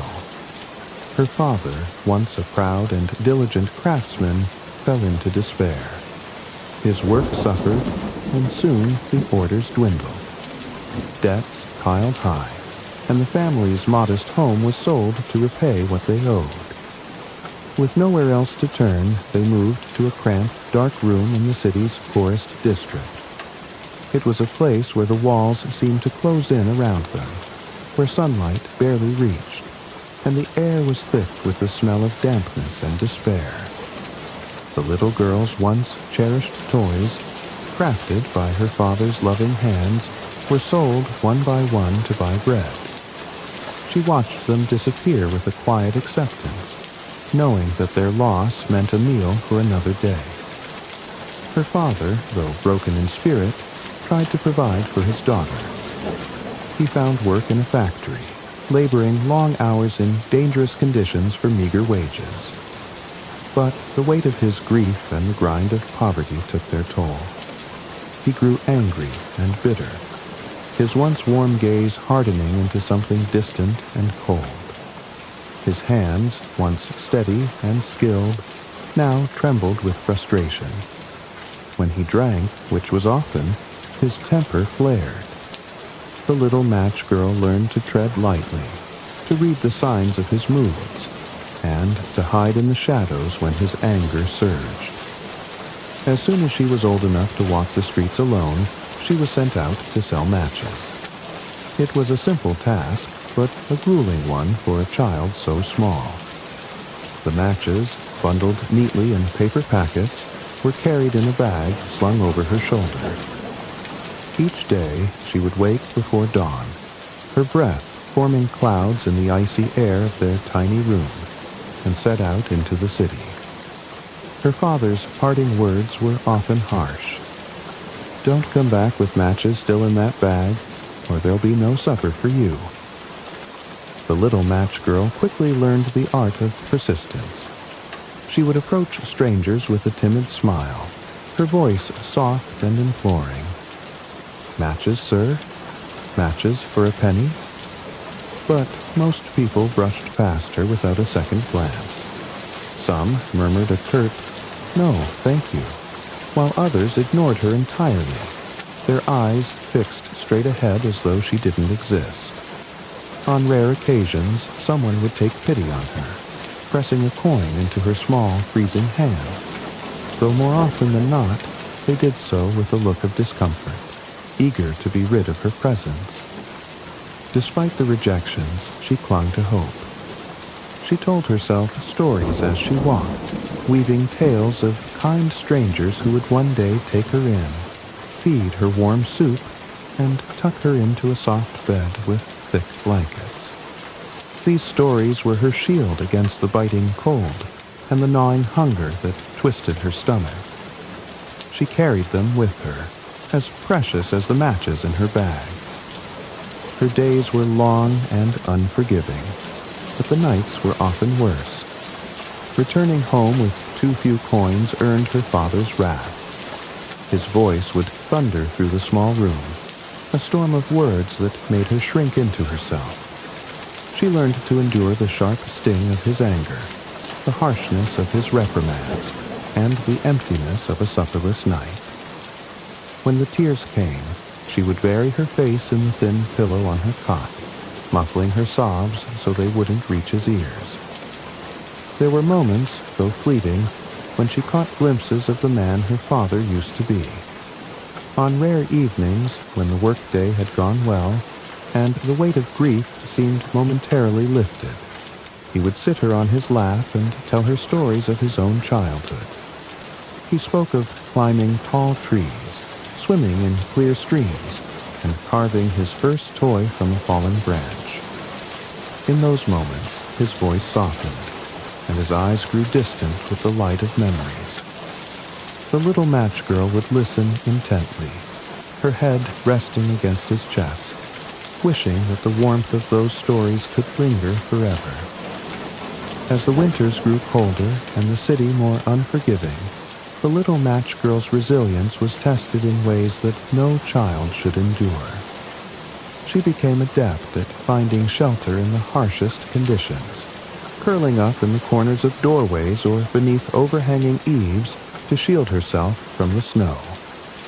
Her thin shawl, worn and frayed, did little to protect her from the icy wind, but she clung to it as though it were a lifeline. The matches she carried were not just her livelihood, they were her comfort.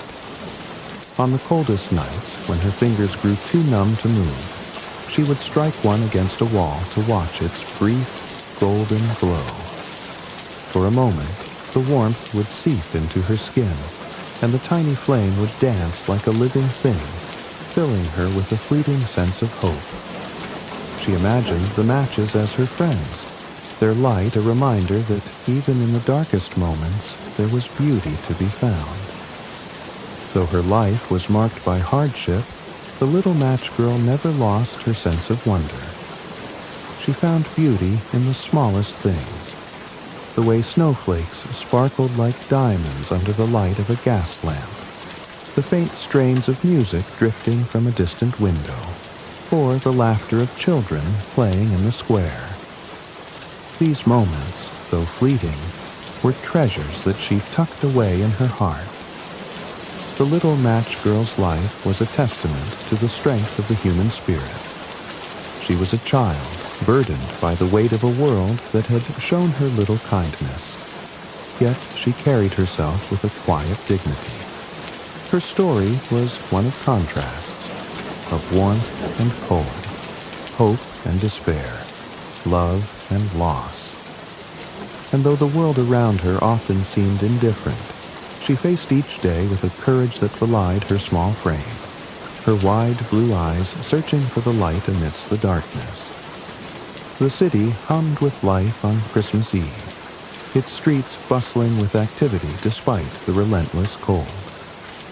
Snowflakes swirled through the air like tiny dancers, settling on rooftops and gathering in drifts along the cobblestone streets. Gas lamps cast flickering pools of light, their warm glow standing in stark contrast to the chill that crept into every corner. The festive air was palpable. Carolers sang in harmonious voices, their melodies weaving through the streets, and the windows of shops glimmered with ornaments, ribbons, and vibrant displays of seasonal cheer. Amid this cacophony of joy and celebration, the little match girl moved silently, a fragile figure barely noticed by the throngs of well-dressed townsfolk. Her bare feet, already reddened and swollen from the cold, left faint traces of blood on the snowy ground. She wore no coat, only a threadbare dress and a shawl so thin it seemed more suited to a summer breeze than the biting frost. Her small hands clutched a bundle of matches, her last hope of earning enough to bring something, anything, home for the night. "Matches! Matches for sale!" she called out, her voice trembling as much from the cold as from desperation. Her words were drowned out by the laughter and chatter of those who hurried past her, too preoccupied with their own merriment to notice the tiny girl standing in the snow. She tried again, stepping into the path of a gentleman in a tall hat and an elegant overcoat. "Please, sir, would you like to buy some matches?" The man barely glanced at her before brushing past, muttering something under his breath about beggars cluttering the streets. The little match girl stood there for a moment, her shoulders drooping under the weight of his indifference. She tightened her grip on the matches, as if holding them closer might somehow shield her from the harshness of the world. All around her, the city pulsed with life. Horse-drawn carriages clattered over the icy streets, their drivers wrapped in thick woolen cloaks. Children with rosy cheeks and laughter spilling from their lips ran past her, their arms laden with presents tied with bright ribbons. She watched them wistfully, her heart aching not with envy but with longing, a deep yearning for the warmth, the laughter, and the love that seemed to radiate from every corner except her own. The aromas of Christmas wafted through the air, teasing her empty stomach. From the bakeries came the rich scent of fresh bread and sugary confections, their windows displaying cakes adorned with marzipan holly leaves and towers of glazed pastries. Somewhere nearby, the smoky aroma of roasted chestnuts mingled with the scent of spiced cider, warming the hearts of those fortunate enough to afford such indulgences. The little match girl's mouth watered, but she dared not linger too close to the food stalls. The vendors were quick to chase away anyone who couldn't pay. As she made her way through the crowded square, she passed a group of carolers singing by the towering Christmas tree that stood in the center of the plaza. Its branches were heavy with ornaments, strings of golden beads, and candles that flickered like tiny stars. The sight was mesmerizing, and for a moment, the little match girl forgot the cold biting at her toes. She closed her eyes and let the music wash over her, imagining what it might feel like to be one of the children gathered there, wrapped in thick scarves and holding steaming mugs of cocoa. "Move along, girl," barked a gruff voice, jolting her from her daydream. A shopkeeper shooed her away from the entrance of his store, where she had stopped to escape the icy wind.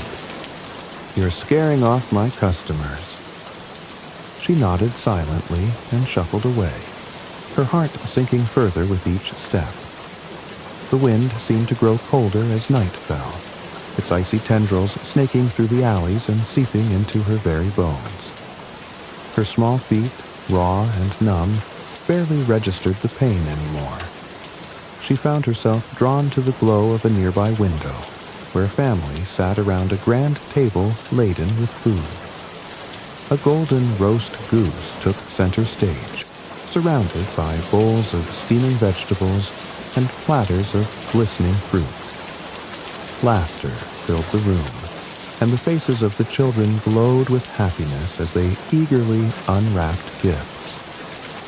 The little match girl pressed her nose against the frosted glass, her breath fogging the pain as she stared at the scene with wide, wistful eyes. She could almost feel the warmth of the room, hear the crackle of the fire in the hearth, and taste the richness of the feast. But the glass was an impenetrable barrier, a reminder of the distance between her world and theirs. She stepped back, blinking away the tears that threatened to spill, and continued on her way. As the evening deepened, the streets began to empty. The bustle of the marketplace faded into a quiet stillness, broken only by the occasional jingle of sleigh bells or the soft crunch of snow underfoot.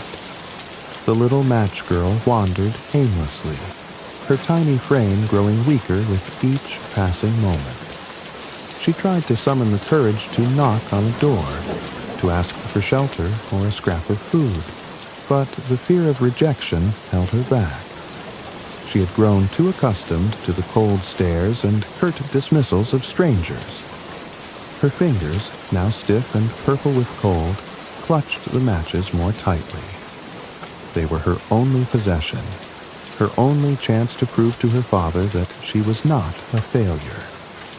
The thought of returning home empty-handed filled her with dread. She could already hear his angry voice, feel the sting of his words, and, perhaps worse, his silence. She found herself at the edge of the square, where a narrow alley offered a brief respite from the biting wind. She sank down onto the frozen ground, tucking her legs beneath her and drawing her shawl tightly around her shoulders. The snow fell softly around her, blanketing the world in a deceptive serenity. Her body trembled with cold, and her breath came in shallow, visible puffs. As she sat there, her mind wandered to memories of her mother. She could still recall the softness of her touch, the way her voice had a calming melody that seemed to make the world less frightening. Her mother had always made Christmas special, even when they had little. She would sing carols, bake small treats from whatever ingredients they could afford, and tell stories by the fire. The warmth of those moments felt like a distant dream now, a fragile thread connecting her to a time when life had held more promise.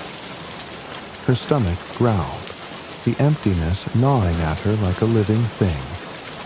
The matches in her hand felt heavier than ever, their potential warmth and light just out of reach. She stared at them, her mind swirling with conflicting thoughts. Should she strike one, just to feel the heat for a moment? Or would that be a waste, another failure in a day full of them? The cold pressed in around her, unrelenting and merciless.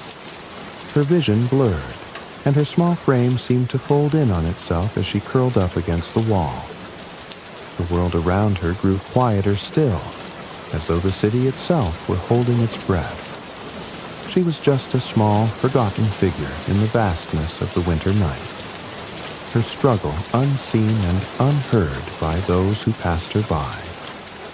But even in the depths of her despair, the little match girl clung to the faintest glimmer of hope. She had faced countless hardships before, and though the night was cruel and unyielding, she would endure it as she always had. The matches in her hand, small and fragile as they were, held the promise of light, of warmth, and of something more, a spark of life in a world that had grown so unbearably cold. The night deepened, and the cold grew sharper, slicing through the little match girl's tattered shawl as if it weren't there at all. She sat, huddled in the shadow of a building, her frail body trembling from the icy air that seemed to seep into her very bones. Around her, the city was quiet now, the festive bustle of the day giving way to the stillness of a snow-covered night. The only sounds were the occasional creak of a carriage wheel in the distance, and the muffled whispers of the wind as it swirled around her. Her small hands, nearly frozen stiff, clutched the matches tightly. The thought of striking one lingered in her mind, a temptation born not of indulgence, but of sheer necessity. Her father's stern voice echoed in her thoughts. Don't waste them. Every match counts. But the cold was unbearable, an unrelenting force that gnawed at her resolve.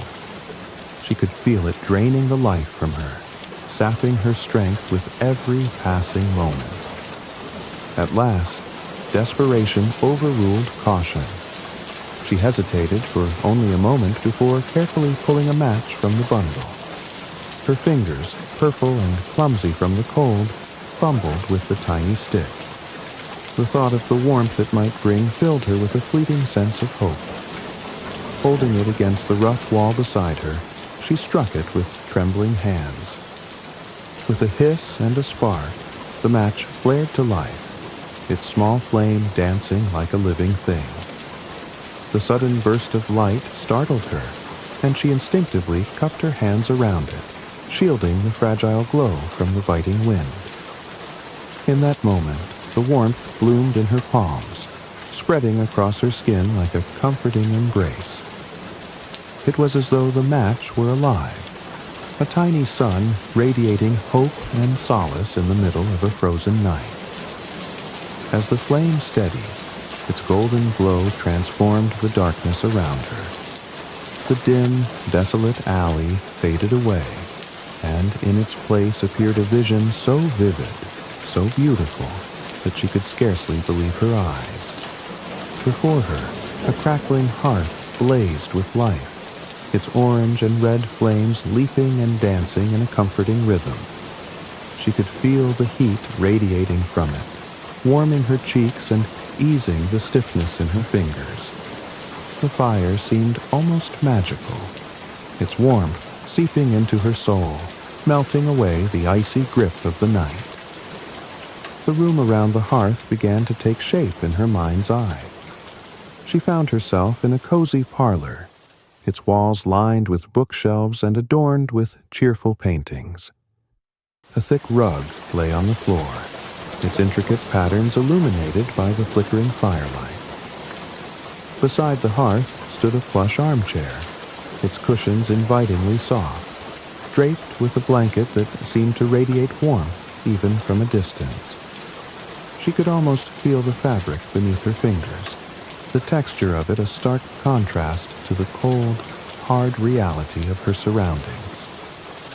The little match girl's heart swelled with longing as she imagined herself sitting by the fire, her feet tucked beneath her hands wrapped around a steaming mug of cocoa. She could see herself laughing, her cheeks glowing with warmth and happiness, as though the hardships of her life had melted away like snow under the sun.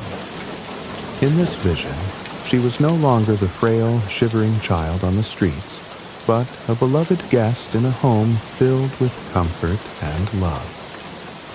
The match burned brighter still, casting long shadows that danced across the walls of her imagined haven.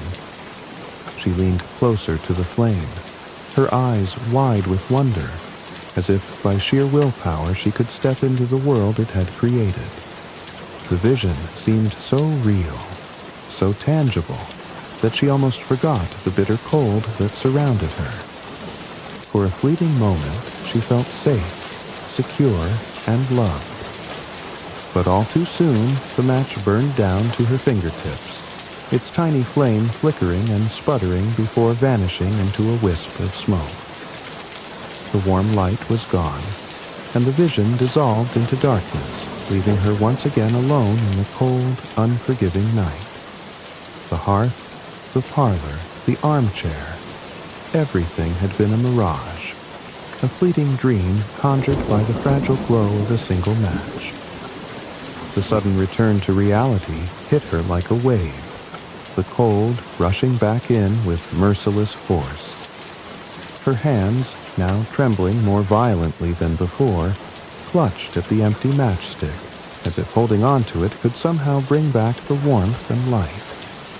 The bitter wind howled through the alley, mocking her moment of respite with its icy touch.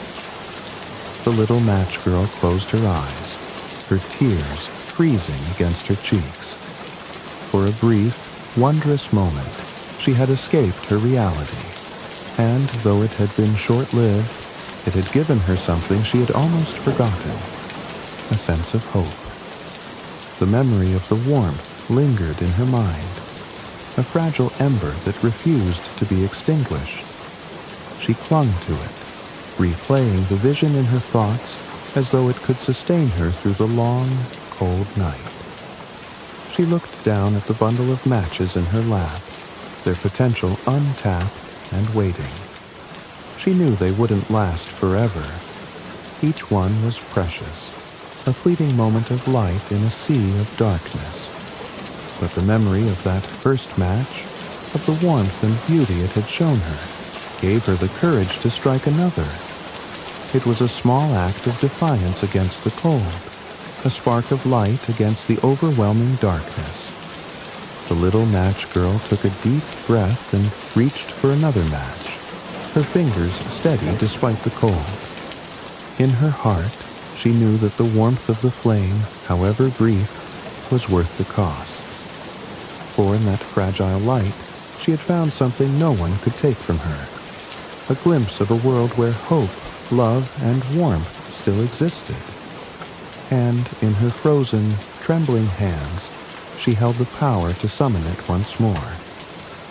The little match girl sat in the cold alleyway, her frail body trembling from the relentless chill.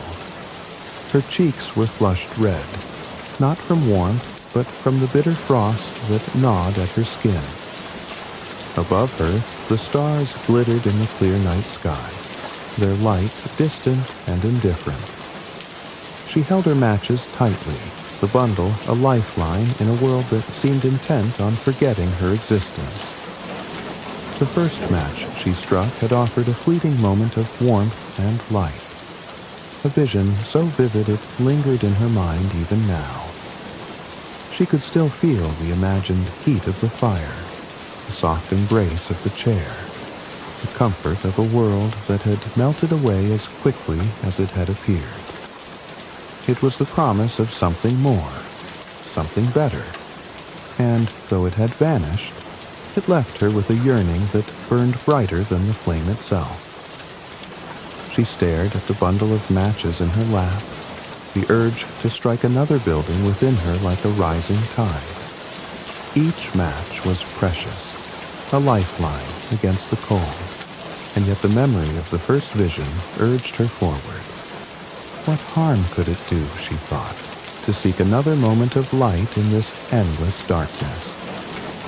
With trembling hands, she pulled out another match and struck it against the wall. The tiny spark flared to life, and as the flame steadied, the world around her transformed once more. The alley disappeared, and she found herself standing in a grand dining hall. The room was bathed in a warm golden light that seemed to emanate from the very walls, which were adorned with intricate carvings and tapestries depicting scenes of joy and celebration. A long table stretched before her, its surface laden with a feast so magnificent it took her breath away. There were roasted meats glistening with juices, bowls of steaming vegetables, and freshly baked bread that filled the air with its comforting aroma. Platters of fruit, apples, oranges, grapes, shone like jewels under the light of a glittering chandelier.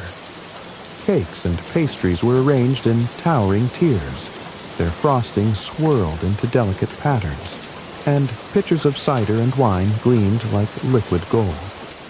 The little match girl stepped forward, her eyes wide with wonder. She could almost taste the richness of the food, feel the warmth of the room enveloping her like a protective cocoon. She imagined herself seated at the table, her plate heaped high with delicacies she had only ever dreamed of. The thought filled her with a happiness so profound it brought tears to her eyes. But as she reached out to touch the table, the flame of the match burned down to her fingertips. The vision wavered, the golden light fading into the harsh darkness of the alley. She was once again cold and hungry, the magnificent feast nothing more than a fleeting dream. Determined to recapture the magic, she struck another match. The flame leapt to life, and with it came a new vision. This time, she stood before a towering Christmas tree that seemed to touch the heavens. Its branches were heavy with ornaments of every shape and color. Glass baubles that sparkled like diamonds, tiny figurines carved with exquisite detail, and garlands of golden ribbon that shimmered in the light. Candles adorned the tree, their flames steady and bright, casting a warm glow that filled the room with a sense of peace and wonder. Beneath the tree were piles of presents wrapped in vibrant paper and tied with satin bows. She could almost hear the rustle of the paper, feel the smoothness of the ribbons under her fingers. Children danced around the tree, their laughter ringing like the sweetest music. They held hands and spun in circles, their faces alight with joy. The little match girl watched them, a smile spreading across her face as she imagined herself among them, her small hands clutching a gift of her own. For a moment, she was no longer an outsider looking in. She was part of the celebration, wrapped in its warmth and love. But just as she began to feel the joy seep into her soul, the match burned out. the tree, the children, the gifts, all vanished, leaving her once again in the cold, empty alley. The next match she struck revealed a vision of a grand cathedral, its soaring arches and stained glass windows illuminated by hundreds of flickering candles. The air was filled with the soft strains of a choir, their voices blending in perfect harmony as they sang hymns of hope and salvation. The sound was so pure, so beautiful, that it brought a lump to her throat. She found herself seated on a wooden pew near the front, the warm glow of the candles bathing her in a light that felt almost holy. The scent of frankincense filled the air, mingling with the faint aroma of wax and pine. Around her, people knelt in prayer, their faces serene and radiant, as if the very presence of the divine filled the room. For the first time in as long as she could remember, the little match girl felt a sense of peace. She closed her eyes and let the music wash over her, the notes wrapping around her like a comforting embrace. In that moment, she felt no hunger, no cold, no pain, only the quiet reassurance that she was not alone, that someone, somewhere, was watching over her. But the match could not burn forever. The vision dissolved, leaving her once again in the harsh reality of the frozen night. The warmth and peace she had felt were gone, replaced by the biting cold and the emptiness of her surroundings. Her fingers, now numb and trembling, fumbled for another match. She struck it quickly, desperate to hold on to the light for just a little longer. This time, the vision that appeared before her was not of a place or a thing, but of a person, a figure she recognized instantly. "Grandmother," she cried, her voice filled with a mixture of joy and disbelief. Her grandmother stood before her, as radiant and kind as she remembered. Her silver hair gleamed in the soft light, and her eyes, so full of love, seemed to see straight into the little match girl's soul. She wore a dress of shimmering fabric that seemed to catch the light in a way that made her glow from within. The little match girl ran to her, throwing her arms around her waist and burying her face in her grandmother's skirts. The warmth of her grandmother's embrace was unlike anything she had ever felt. A deep, unconditional love that seemed to banish all the cold and sorrow from her heart. "My sweet child," her grandmother said, her voice as gentle as a lullaby. "I've been watching over you." The little match girl looked up at her, tears streaming down her cheeks. "Don't leave me, grandmother," she pleaded. "I don't want to be alone." Her grandmother knelt down, cupping the little girl's face in her hands. "You are never alone, my dear. I am always with you, in your heart." The match burned lower, and the little match girl felt a pang of fear. "Don't go," she whispered, her voice trembling. Her grandmother smiled, her expression filled with infinite tenderness. "Light another match," she said softly, "and you will see." The flame flickered and died, and the vision faded. But this time, the little match girl didn't feel the cold quite as sharply. Her grandmother's words echoed in her mind, giving her the courage to strike another match. When the next match flared to life, the little match girl found herself bathed in a radiant light that seemed to come from everywhere and nowhere all at once. She was no longer in the alley, no longer bound by the cold and the darkness. Instead, she was surrounded by a warmth so profound it felt like being cradled by the very essence of love. Her grandmother stood beside her, holding her hand. Together, they walked toward the light, its brilliance growing brighter with each step. She felt no fear, no hesitation. only an overwhelming sense of peace and belonging. In the distance, she could hear the faint strains of music, a melody so beautiful it brought tears to her eyes. The light enveloped her, filling her with a warmth that erased every trace of the cold she had known. It was as though she had been lifted into a realm beyond pain, beyond hunger, beyond sorrow, a place where she was finally free. As the last match burned out, the visions faded, leaving only the memory of their beauty and the hope they had inspired. The little match girl sat quietly in the snow, her eyes gazing upward at the stars. Though the world around her was dark and cold, she no longer felt alone. She clung to the warmth of her memories, each vision a reminder that there was light even in the darkest of nights. The little match girl sat curled in the snow-covered alley, her small, frail body trembling with the effort of keeping herself upright. The cold had numbed her limbs completely, and the biting wind seemed to have seeped into her very soul. Around her, the city lay silent, its once bustling streets now devoid of life. Only the occasional flicker of a gas lamp and the distant toll of a church bell gave any indication that the world still turned. Her fingers, stiff and purple from the frost, clutched the remaining matches in her lap.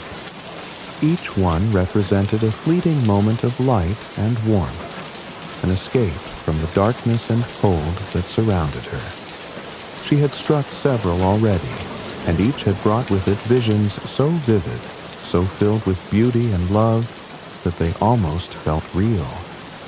But the cold always returned, harsher and more relentless than before, and the visions faded into the night like dreams upon waking. Now, with only a few matches left, the little match girl hesitated. The cold was pressing in on her, an unrelenting force that seemed intent on snuffing out the fragile spark of life she still clung to. She was so tired. Tired of fighting, of hoping, of holding on to a world that had shown her so little kindness.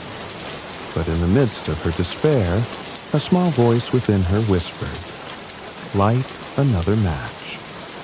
There is still warmth, still light, still hope." With trembling hands, she struck the next match. As the match flared to life, the darkness around her was banished, replaced by a radiant glow that seemed to emanate from everywhere at once. The light was warm and golden, and it enveloped her like a tender embrace. It was not like the harsh, flickering flames of the street lamps or the fleeting glow of the matches she had struck before.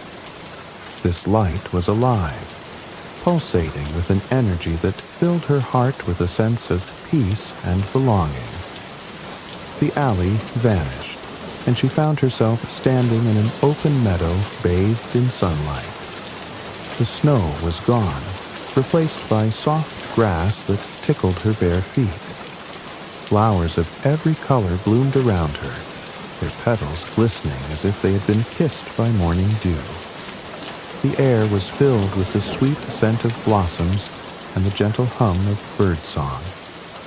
A soft breeze brushed against her cheeks, warm and soothing, carrying with it the promise of something more, a world beyond pain and sorrow.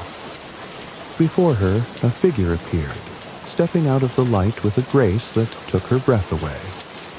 It was her grandmother. "Grandmother," the little match girl cried, her voice filled with a mixture of joy and disbelief. Her grandmother smiled, her face radiant with love. She looked exactly as the little girl remembered, kind eyes that seemed to hold the wisdom of the ages, a warm smile that could light up even the darkest room, and hands that had once cradled her so gently.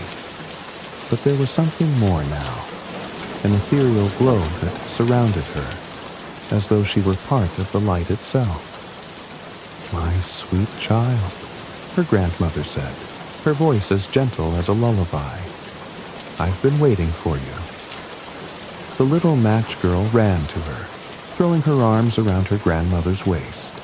She buried her face in the soft fabric of her gown, and for the first time in what felt like an eternity, she felt truly safe. Her grandmother's arms wrapped around her, warm and strong, and the little girl felt all the fear, all the pain, all the cold melt away in her embrace. "Don't leave me," she whispered, her voice trembling with emotion. "Please don't leave me." Her grandmother knelt down, cupping the little girl's face in her hands. "I am here now, and I will never leave you again," she said softly. "You are safe with me." The little match girl looked into her grandmother's eyes and saw a depth of love and understanding that filled her with a peace she had never known. It was as though all the hurt and hardship of her life had been washed away, replaced by the warmth and light of her grandmother's presence. Hand in hand, they began to walk through the meadow. The little match girl's bare feet no longer ached. Instead, they felt light and strong, as though the burdens of her earthly life had been left behind. The light ahead of them grew brighter and warmer, and the air was filled with a melody so beautiful it brought tears to her eyes. It was a song without words, a harmony of voices and instruments that seemed to resonate with the very fabric of her soul. As they walked, the little match girl noticed others joining them. Figures emerged from the light, each one radiating a love and peace that matched her grandmother's. They smiled at her, their faces kind and welcoming, as though they had been waiting just for her. Among them, she recognized people she had loved and lost. Her mother, whose gentle touch she still remembered, and even her baby brother, whom she had never met but had heard stories about. He reached for her hand, his tiny fingers curling around hers, and she felt her heart swell with a love so pure it was almost overwhelming. They walked together toward the source of the light, which now filled the entire horizon.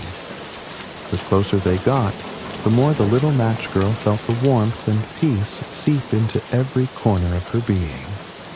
She was no longer cold, no longer hungry, no longer alone. The pain and suffering of her earthly life seemed like a distant memory, replaced by a joy so profound it felt as though her heart might burst. At last, they reached the gates.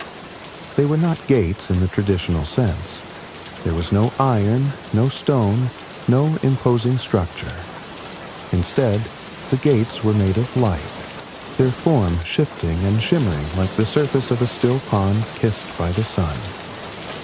Beyond them lay a realm so beautiful, so filled with love and wonder, that it defied description.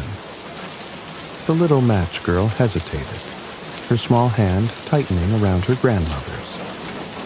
"Am I allowed to go there?" she asked softly, her voice tinged with uncertainty.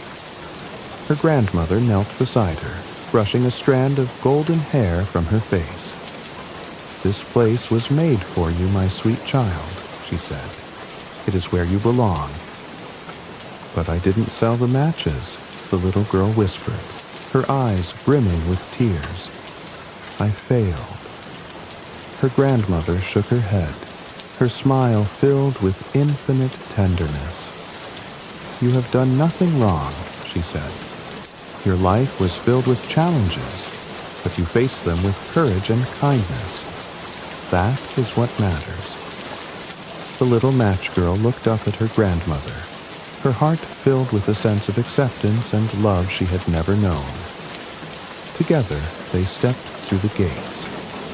As they entered, the light surrounded her completely, filling her with a warmth that went beyond the physical. It was a warmth of the soul, a feeling of being utterly and completely loved. The little match girl felt herself transformed. No longer was she the frail, shivering child from the streets. She was whole, radiant and free. The world around her was a place of unimaginable beauty. Rolling hills stretched out before her, covered in flowers that seemed to glow from within. Rivers of crystal-clear water flowed gently through the landscape, their surfaces shimmering like diamonds. The air was filled with the laughter of children and the sound of music, a symphony of joy that never ceased. The little match girl turned to her grandmother, her face alight with wonder. "Is this heaven?" she asked. Her grandmother nodded, her eyes shining with love. "Yes, my darling, this is home." The little match girl smiled, her heart finally at peace. She was home, surrounded by love, warmth, and light. A place where the cold and hunger of her earthly life could never touch her again. In the cold light of dawn, the city awoke to find the little match girl curled in the alley, her small frame still and lifeless. The snow had settled gently on her, covering her like a fragile blanket. Her face, though pale, bore a peaceful expression, as though she had found something far greater than the struggles of the world she had left behind. The townsfolk who found her whispered among themselves, some shedding tears, others shaking their heads in regret. "Poor child," one man said softly. "She must have been so cold." But the little match girl was no longer cold, no longer hungry, no longer alone. She had found her light, her warmth, her home. And though her earthly life had ended, her story lived on, a reminder of the power of hope, love, and the enduring light that shines even in the darkest of nights. The first light of dawn crept over the city, painting the snow-covered rooftops in hues of pale gold and soft pink. The streets were still quiet, the festive chaos of Christmas Eve replaced by a serene stillness. The occasional jingle of a bell or the crunch of boots on the frozen ground signaled the beginning of a new day. But for one small figure curled in the shadow of an alley, the morning brought no warmth, no awakening, no future. The little match girl sat motionless, her body still and fragile like a porcelain doll left out in the cold. Her thin, worn dress clung to her frame, and her tattered shawl was draped over her as if to shield her from the night's relentless frost. Snow had settled gently on her golden hair, glistening like tiny diamonds in the soft morning light. Her bare feet, red and raw, were tucked beneath her as though she had tried to preserve what little warmth she had left. Her small hands, once trembling with desperation, now rested in her lap, clutching the spent matchsticks. The faintest trace of a smile lingered on her lips, a peaceful expression that seemed out of place against the starkness of her surroundings. It was as though she had found some solace, some light in the final moments of her life. As the city began to stir, the first to notice her were a pair of street sweepers making their rounds. They paused when they saw her, their movements slowing as the reality of what lay before them sank in. One of them, an older man with a weathered face and kind eyes, knelt beside her. "She's just a child," he murmured, his voice thick with sorrow. He reached out, gently brushing the snow from her hair.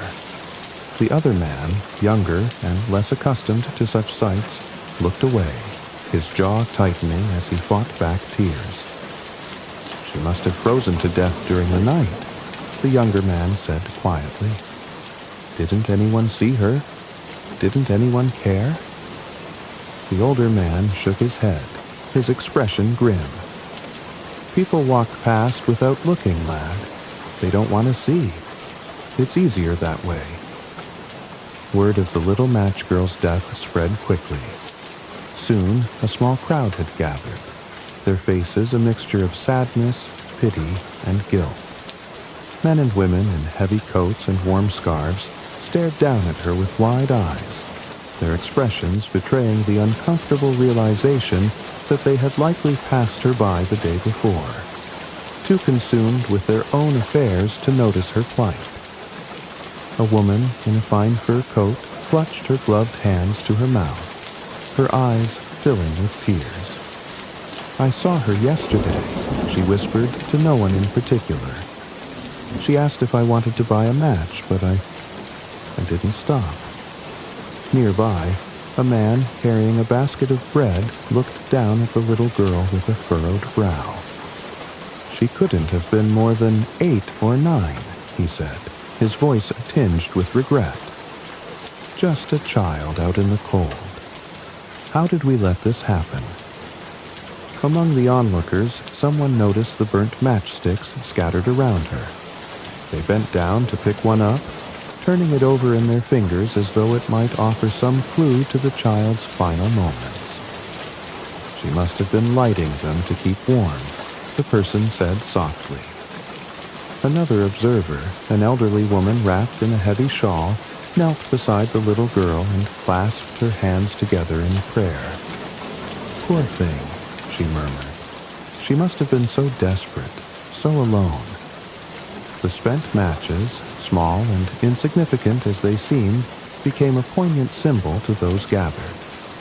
They were a testament to her struggle, her attempt to hold on to hope and light in a world that had given her so little. Each burned-out stick spoke of her courage, her resilience, and the fleeting moments of warmth she had managed to create in the face of overwhelming cold. The crowd that had gathered was silent for a moment, the weight of what they had witnessed settling over them like a heavy blanket.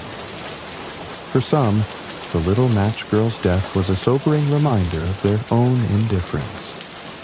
They thought of the warm homes they had returned to, the feasts they had shared, and the gifts they had unwrapped, all while a child had frozen to death on their streets. Others felt a pang of shame, not only for what they had failed to do, but for the world they lived in. A world where a child could be left to fend for herself on a freezing winter night.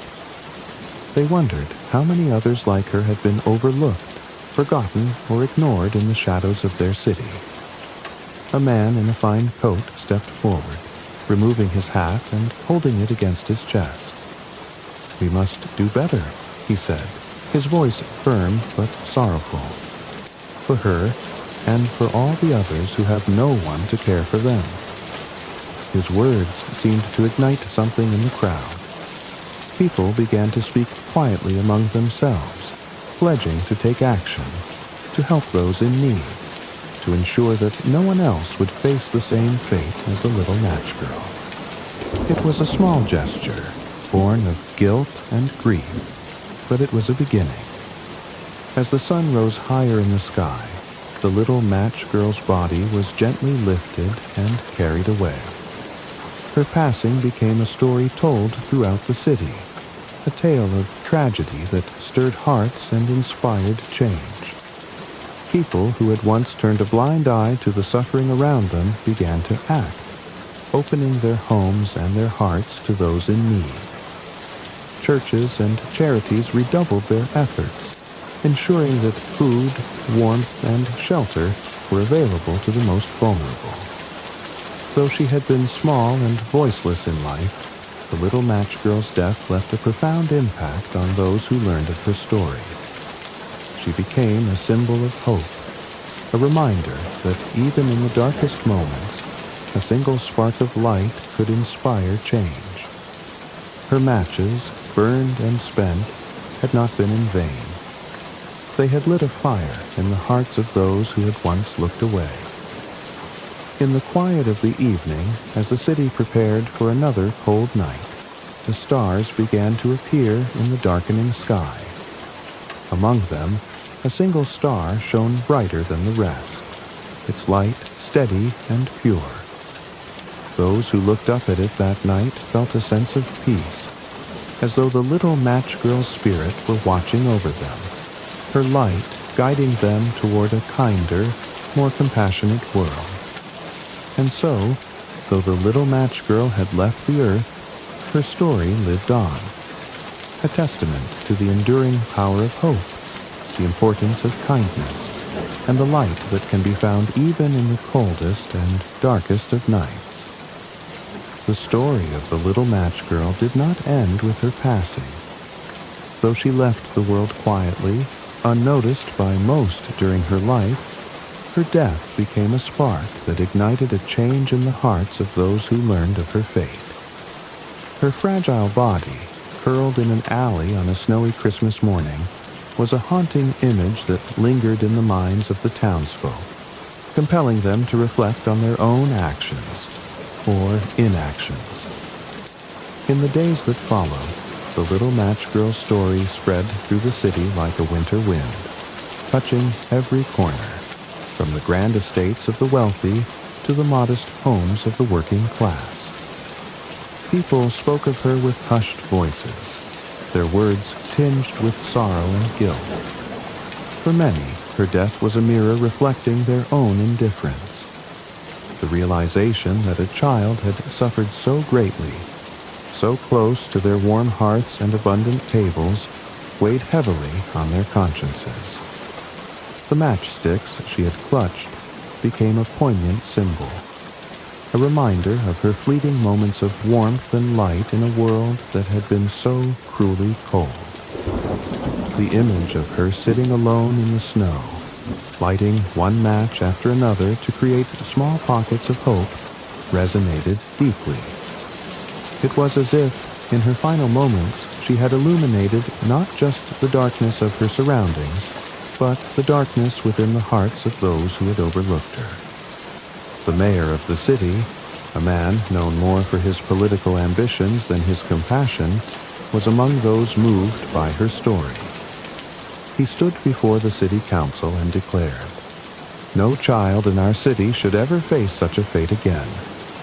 We have failed her, but we must not fail others." His words were met with solemn nods and murmurs of agreement, and plans were quickly set into motion. The townspeople decided to honor the little match girl with a memorial. At the center of the bustling square where she had once tried to sell her matches, a statue was erected, a delicate bronze figure of a young girl holding a match, its flame immortalized in glowing amber. The base of the statue bore an inscription, "In memory of the little match girl, whose light shines eternal. May we never forget the least among us." The statue became a place of reflection, where townsfolk would pause to lay flowers, light candles, or simply stand in quiet contemplation. During the harsh winters, the statue was adorned with scarves, gloves, and hats, left by compassionate strangers for those in need. It became not just a memorial, but a beacon of kindness, a reminder to care for the most vulnerable among them. Inspired by her story, the people of the city began to take meaningful action. Churches and community leaders organized food drives, ensuring that no one would go hungry during the bitter winter months. Shelters were established to provide warmth and safety for the homeless, and volunteers worked tirelessly to offer assistance to families in need. Among those who stepped forward to help was the baker, whose shop the little match girl had passed on Christmas Eve. He began setting aside a portion of his bread each day, giving it freely to those who could not afford it. "No one should go hungry," he said simply, his eyes shadowed with regret. His small act of generosity inspired others, and soon other merchants followed suit, donating food, clothing, and supplies. The wealthy, who had once lived in isolation from the struggles of the poor, began opening their eyes to the world beyond their grand homes. One prominent family turned their spacious carriage house into a school for underprivileged children, offering them not only education, but also meals and warm clothing. The lady of the house, who had once hurried past the little match girl without a second glance, was often seen there, helping the children learn to read and write. The legacy of the little match girl extended beyond her own lifetime, touching the lives of children who might have shared her fate. In the years that followed, many of those children grew up to become leaders and advocates for social change. They carried with them the memory of the girl whose life had been cut short, using her story as a call to action. One such child was a boy who had often seen the little match girl selling her wares, but had never dared speak to her. He grew up to become a teacher, dedicating his life to helping impoverished children find opportunities and hope. She deserved so much more, he often told his students, and so do you. Another was a girl who had once played by the towering Christmas tree in the square, unaware of the small figure watching from the shadows. As an adult, she became a writer, penning stories that highlighted the struggles of the forgotten and the voiceless.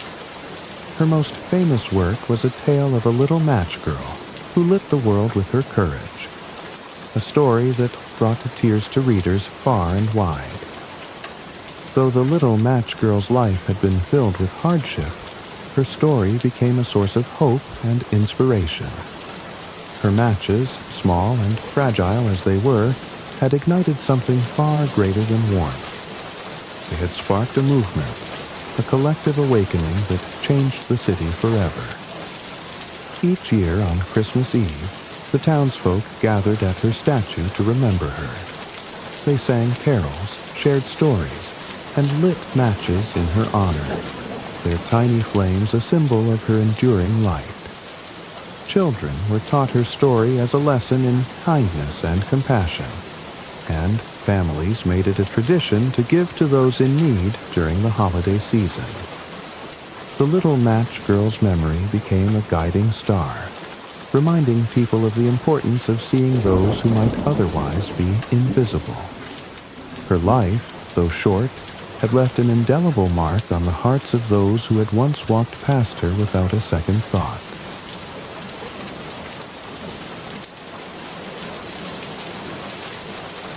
Nestled within a verdant valley surrounded by dense, ancient woods and mist-cloaked hills, the village of Eldermoor seemed to exist in its own pocket of time. The cobblestone streets were uneven and worn, whispering tales of centuries past under the boots of villagers and the wooden wheels of merchant carts. Small cottages lined the streets, their facades adorned with climbing ivy and vibrant blooms that spilled from window boxes. Smoke curled lazily from chimneys, carrying the scents of baked bread and earthy hearth fires. Eldermoor was a place of simple pleasures and predictability, where life followed the steady rhythm of the seasons. Farmers rose with the sun to tend their fields. Artisans worked diligently in their shops, and children played along the banks of the crystal-clear brook that snaked its way through the village. Despite its idyllic charm, Eldermoor was also a place where dreams were small, and stories of adventure were confined to the pages of dusty books. Among the villagers was a young woman named Elara, whose restless spirit set her apart. While others found contentment in the steady cadence of village life, Elara often gazed beyond the hills with a longing she couldn't quite explain. She was of average height, but carried herself with a quiet confidence. Her hair, the color of sun-dappled chestnuts, often fell into disarray as though the wind itself enjoyed playing with it. Her green eyes, vivid and searching, seemed to hold the light of unspoken dreams and unanswered questions. Elara lived with her widowed father, a blacksmith whose hands were as strong as his heart was kind. Their modest home was situated near the edge of the village, close to the forest's boundary. The forest had always fascinated Elara, though the villagers warned against venturing too deep. They spoke of strange noises and fleeting shadows, of travelers who entered and were never seen again.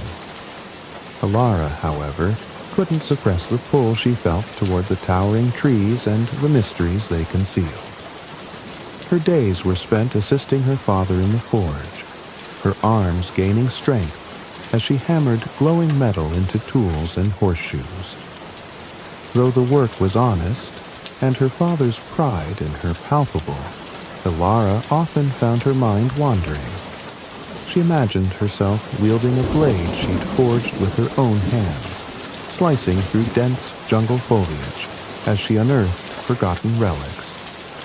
At night, under the blanket of stars, she would lie awake and let her thoughts drift to places far beyond Elder Moor. The village had its share of colorful characters who often crossed paths with Alara. There was old Marlowe, the storyteller, who spun tales of enchanted kingdoms and daring heroes in exchange for a warm meal. Though many dismissed his stories as fanciful nonsense, Alara hung on to every word. Then there was Greta, the apothecary, whose shop was filled with jars of dried herbs and potions that exuded a pungent but oddly comforting aroma. Greta had a knack for seeing into people's hearts, and she often told Alara, "You've got the soul of a wanderer, child. Don't let this village chain you." One fateful afternoon, as the sun dipped low and bathed Elder Moor in golden light, Alara decided to venture into the forest.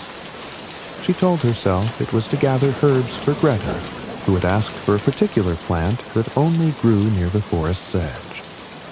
In truth, she simply wanted to feel the cool shade of the trees and hear the rustle of leaves in the breeze. Slinging a small satchel over her shoulder, she set out with a mixture of excitement and trepidation. The forest was more beautiful than she had imagined. Sunlight filtered through the canopy, casting dappled patterns on the mossy ground. The air was rich with the scent of pine and earth, and the distant sound of birdsong added a melodic undertone to the serene atmosphere. Alara wandered deeper than she intended, losing herself in the natural splendor. She was so absorbed in the moment that she nearly missed the faint, haunting melody drifting through the air. The sound was unlike anything she had ever heard. It was both eerie and beautiful, a tune that seemed to beckon her forward. Her heart raced as she followed the sound, weaving through trees and stepping over roots until she came upon a small clearing. At its center lay an object that shimmered faintly in the fading light. Cautiously, Alara approached and found a delicate, intricately carved locket resting on a bed of wildflowers. The locket was unlike anything crafted in Elder Moor. Its surface was engraved with swirling patterns that seemed to shift when touched by the light, and a faint warmth emanated from it as though it were alive. Alara's curiosity overwhelmed her caution, and she reached out to pick it up. The moment her fingers closed around the locket, the melody ceased, replaced by an intense stillness.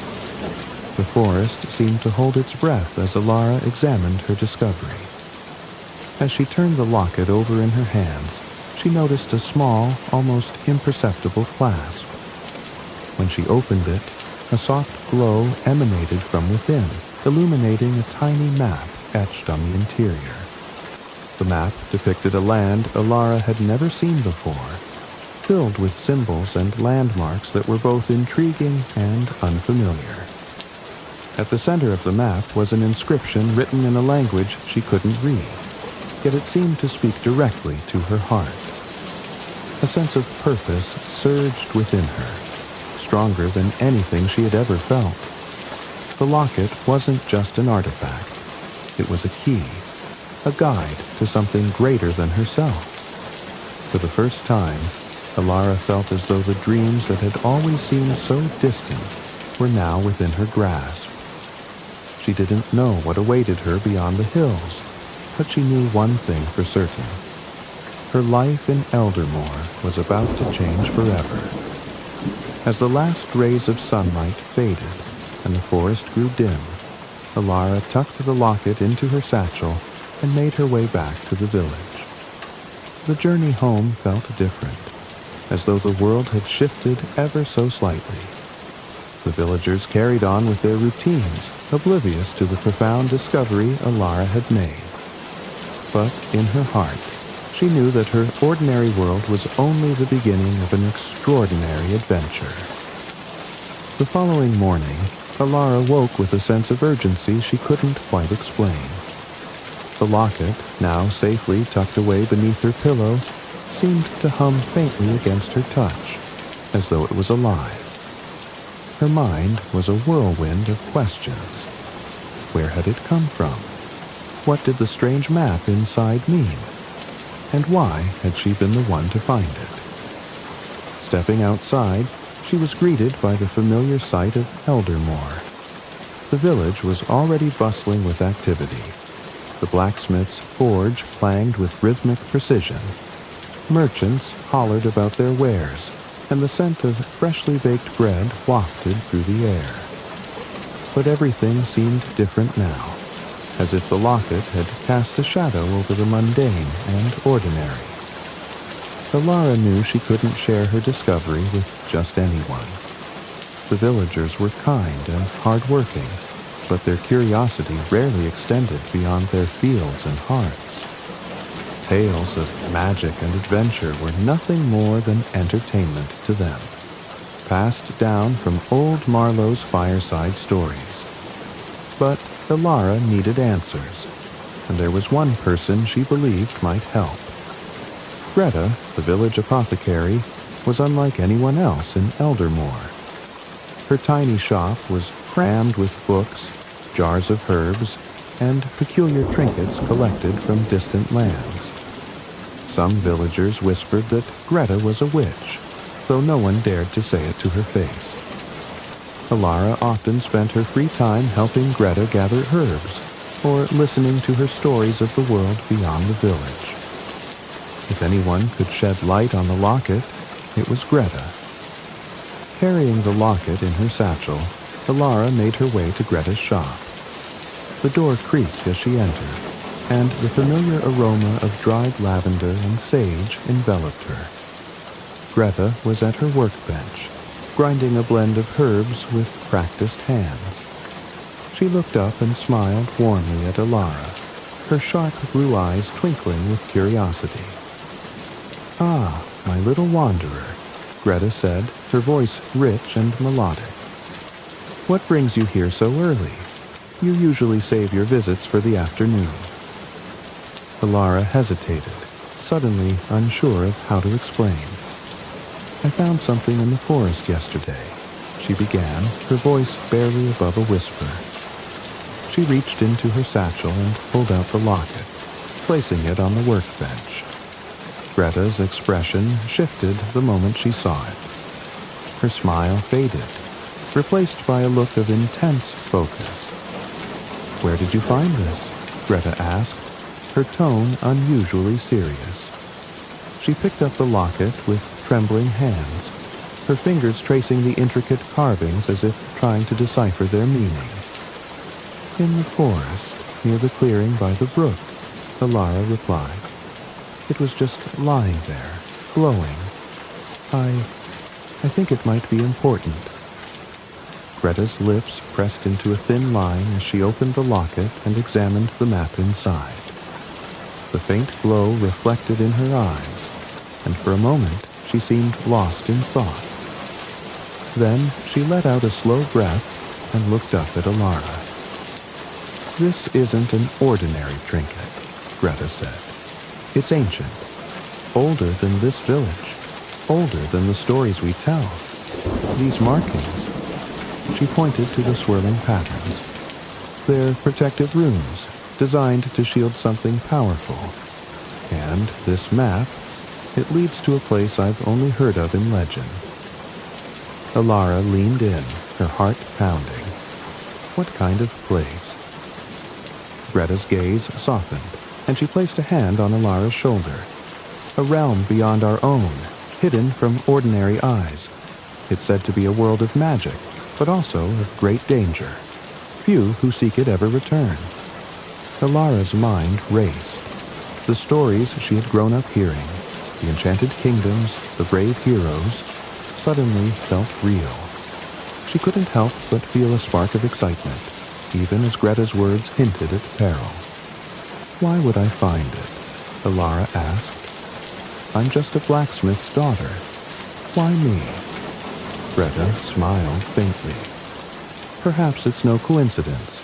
Sometimes objects of great power find their way to those who need them most. But make no mistake, child, this locket has chosen you. It's up to you to decide what to do with it." Elara hesitated. The idea of leaving Eldermore, of stepping into the unknown, was both thrilling and terrifying. She thought of her father, toiling in the forge, and the quiet life they had built together. Could she really leave it all behind? As if sensing her doubt, Greta reached for a small, leather-bound book on her shelf and flipped through its pages. She stopped at an illustration of a locket identical to Elara's. Beneath it was a passage written in an ancient script, accompanied by a translation in Greta's neat handwriting. "This artifact," Greta read aloud, "is said to hold the key to the Gateway Realm, a place where magic thrives and secrets are guarded. Those who wield it must prove their worth through trials of courage, wisdom, and heart. Only then will the path be revealed." Elara stared at the passage, her resolve hardening. The yearning she had always felt, the longing for something more, was no longer a vague dream. It was a call, clear and undeniable. She couldn't ignore it. "What should I do?" she asked, her voice steady. Greta smiled knowingly. "You already know the answer. But if you're serious about this, you'll need help. The journey won't be easy, and there are forces in this world that would do anything to claim that locket." Elara nodded. "Where do I start?" Greta began gathering supplies, her movements quick and purposeful. She handed Elara a small pouch filled with herbs and a pendant inscribed with protective symbols. "These will keep you safe, for a while at least. Follow the map. It will guide you to the first marker, but be vigilant. The locket's glow will fade as you near danger." Elara took the items, her determination growing. She had made her choice. The quiet life she had always known was behind her now, replaced by the promise of adventure. As she left Greta's shop, the locket seemed to pulse faintly against her chest, as though approving of her decision. Elara couldn't help but glance back at the village one last time. The familiar sights and sounds now felt like a distant memory, a part of her past that she was leaving behind. The path ahead was uncertain, but Elara's heart swelled with hope. For the first time in her life, she felt truly alive. Elara's journey began at the first light of dawn, the locket's faint glow her only guide. The map within was etched with strange symbols and unfamiliar landmarks, but its essence seemed to hum in her hands, subtly pulling her in a specific direction. She left Eldermore with a satchel of supplies, the protective pendant Greta had given her, and a heart brimming with anticipation and fear. The forest was her first trial. Dense and ancient, it seemed to shift and breathe as she ventured deeper. The sun's light struggled to pierce the thick canopy above, casting the ground in dappled shades of green and gold. The air was cool and carried an earthy scent, punctuated by the occasional trill of a bird or the rustle of leaves stirred by unseen creatures. At first, Elara's steps were sure and determined, but as the day wore on, the forest grew darker and more oppressive. The trees became larger and older, their gnarled roots twisting like serpents across the path. A strange energy hung in the air, prickling her skin and making the hairs on her neck stand on end. She clutched the locket tightly, drawing courage from its steady warmth. When the path ended abruptly at a sheer rock face, Ilara's confidence wavered. She glanced at the locket, hoping for guidance. To her amazement, the map inside began to shift, the glowing lines rearranging themselves to reveal a new route. The locket's magic was undeniable, and it reassured her that she was on the right path. She carefully scaled the rocky wall, her hands and feet finding purchase in the jagged surface. At the top, she found herself in a high clearing that overlooked a vast expanse of wilderness. The view was breathtaking. A sea of treetops stretching to the horizon, with glimmers of rivers and distant mountains bathed in the golden light of the setting sun. But what captured her attention most was the faint shimmer in the air at the clearing's center. It was like a veil of liquid light, rippling and translucent. The locket pulsed against her chest, urging her forward. Ilara stepped closer, her heart pounding. As she reached out to touch the shimmering barrier, the air around her seemed to vibrate, and a soft, melodic hum filled her ears. The moment her fingers brushed the veil, the world tilted, and she was pulled through. Ilara stumbled forward, disoriented by the sudden shift. When she regained her balance, she found herself standing in a world unlike anything she had ever seen. The sky above was a canvas of colors that constantly shifted and blended. Pinks, purples, and deep blues swirled together like an eternal sunset. Strange, floating islands drifted lazily in the air, their surfaces covered in glowing flora. Trees with crystalline leaves sparkled in the otherworldly light, and rivers of liquid silver wound their way through lush meadows dotted with luminescent flowers. The air was warm and carried a faint, sweet fragrance that seemed to invigorate her senses. Ilara took a tentative step forward, her boots sinking slightly into the soft, moss-like ground. The sounds of this place were just as mesmerizing as its sights. Gentle whispers of wind, the distant chime of bells, and the occasional call of an unfamiliar creature. She turned in awe, taking in every detail. This was a world of magic, a realm beyond the wildest dreams of Eldermore's storytellers. Her wonder was interrupted by a sudden rustling in the underbrush. Ilara froze, her hand instinctively moving to the small dagger she carried at her hip. The bushes parted, and a small, winged figure emerged. It was no taller than her knee, with delicate, translucent wings that shimmered like a dragonfly's. Its face was humanoid but ethereal, with eyes that glowed softly like amber lanterns. "Well, well," the creature said in a lilting voice, crossing its tiny arms. "What's this? A human wandering into the gateway realm? Bold, if not entirely wise." Ilara blinked, momentarily stunned. "You can talk?" The creature rolled its eyes. "Obviously. The real question is, what are you doing here? This isn't exactly a place for mortals." Ilara hesitated, unsure how to explain. She decided to show the creature the locket, holding it out for it to see. The moment the locket caught the light, the creature's demeanor changed. Its eyes widened, and it hovered closer, inspecting the artifact with a mix of curiosity and reverence. "The locket of Alfara," it murmured. "I thought it was lost ages ago." "You know what this is?" Ilara asked eagerly. The creature nodded. "It's more than just a trinket. That locket is a key, a guide to the heart of this realm. If it's found you, then you must have a purpose here. My name is Leora, by the way." "And you are?" "Ilara," she replied, relaxing slightly. "I don't really understand what's happening. I just followed the locket here." Leora tilted her head, studying Alara intently. "You're either very brave or very foolish. Perhaps both. But if the locket chose you, there's no turning back now. Come on, we need to move. This place is beautiful, but it's far from safe." Before Alara could respond, Leora darted off, her wings a blur.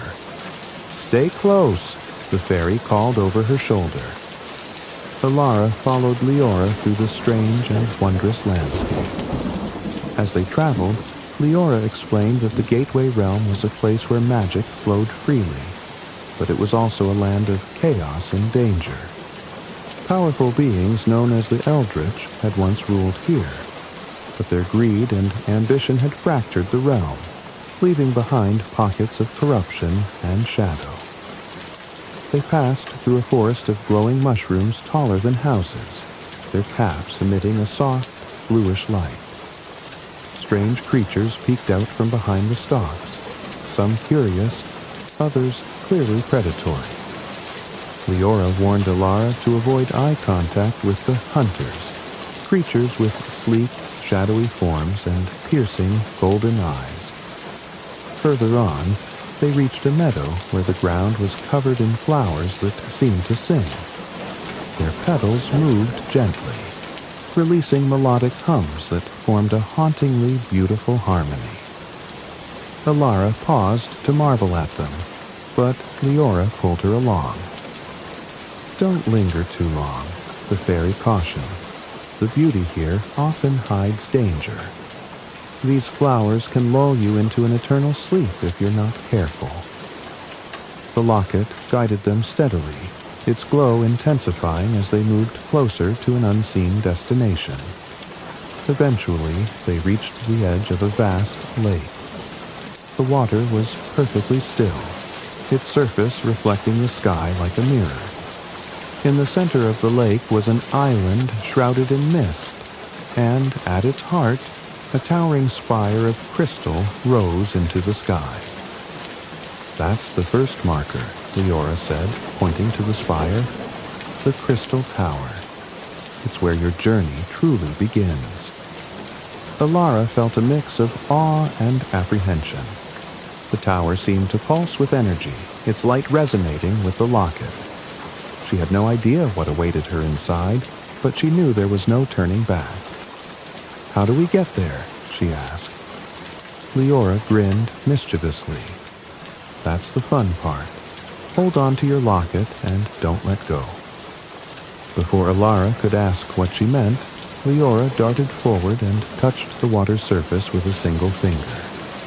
The lake rippled, and the ground beneath Alara's feet began to shift.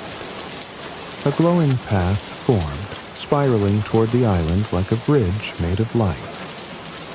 Alara stepped onto the path, her heart racing. The light beneath her feet was warm and solid, yet it felt as though she was walking on air.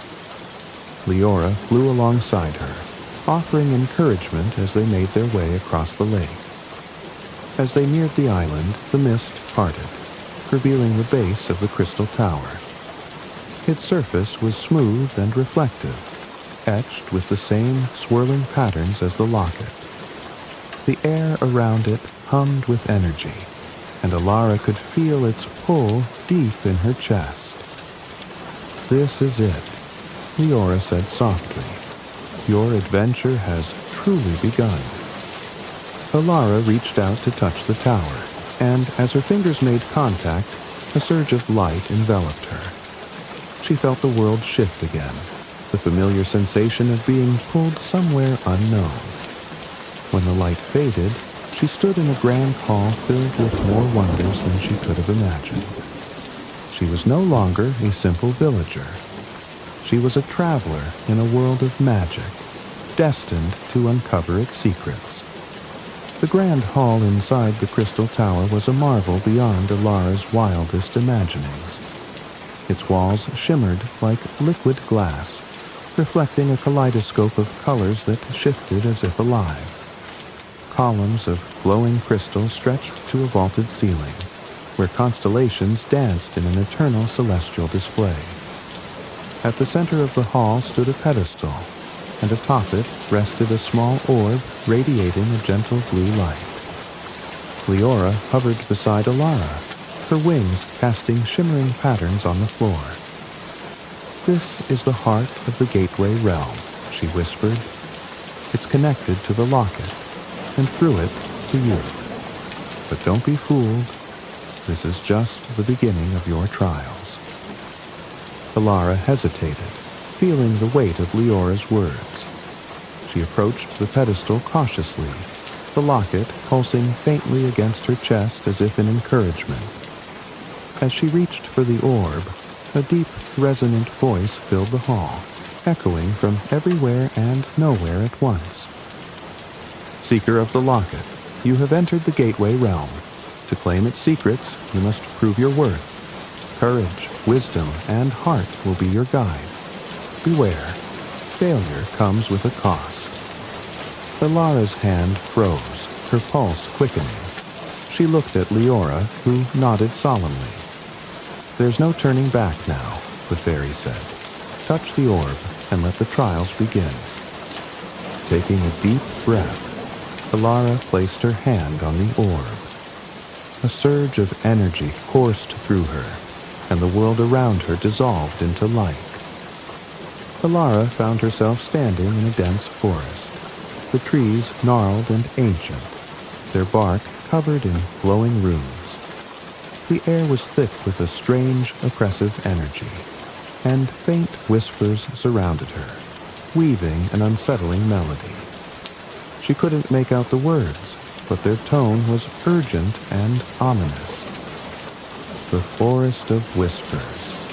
Leora's voice echoed faintly, though the fairy was nowhere to be seen.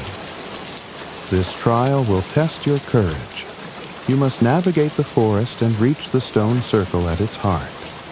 But beware, this place preys on fear." Alara gripped the locket tightly and began walking, her eyes scanning the forest for any signs of danger.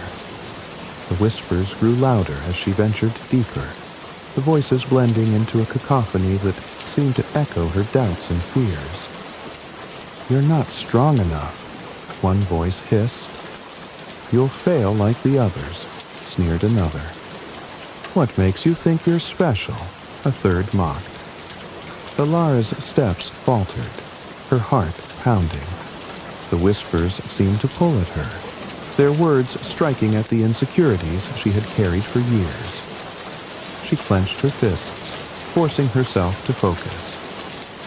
"They're just voices," she muttered. "They can't hurt me."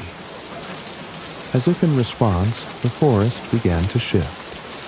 Shadows coalesced into figures that loomed in the corners of her vision. They were indistinct at first, but as they grew closer, they took on familiar forms. Villagers from Eldermoor, their faces twisted in disdain. "Alara, the dreamer," one shadow taunted. "Always chasing the impossible." "You'll bring ruin to us all," another said, its voice laced with venom. Alara stumbled backward, her courage wavering. The shadows closed in, their voices growing louder. But then the locket around her neck flared with warmth, and a memory surfaced. Her father's voice, steady and kind. "You have a strength in you, Alara," he had once said. "Don't let anyone tell you otherwise." Drawing on that memory, Alara stood tall.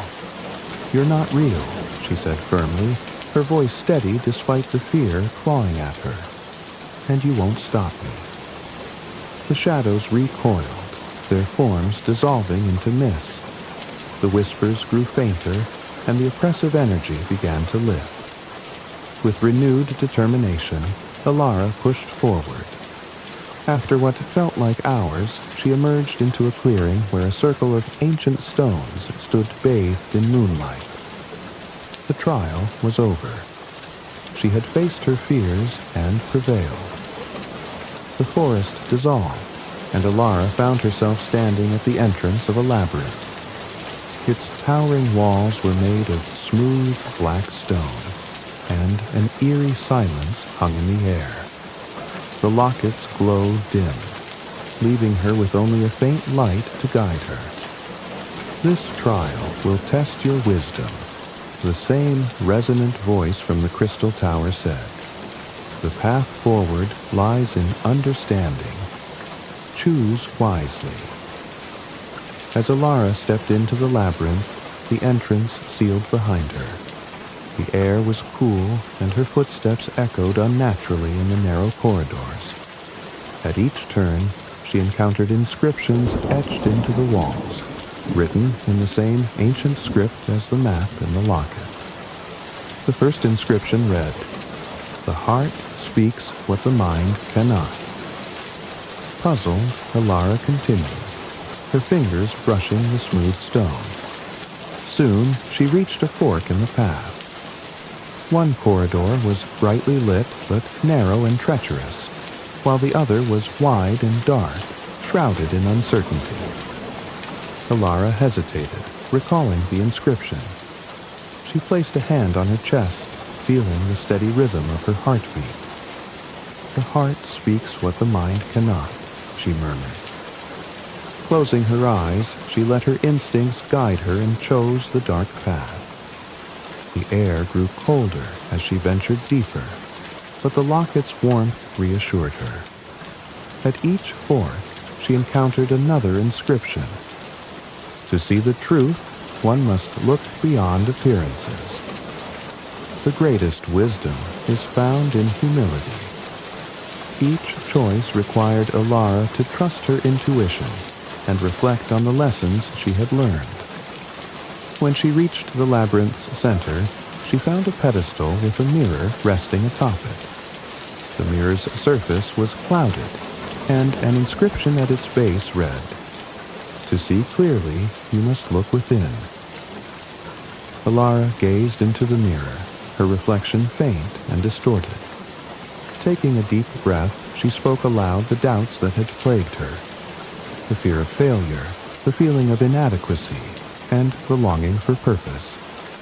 As she confessed her truths, the mirror cleared, and her reflection smiled back at her, whole and unbroken. The labyrinth dissolved, and Alara felt a deep sense of clarity and understanding.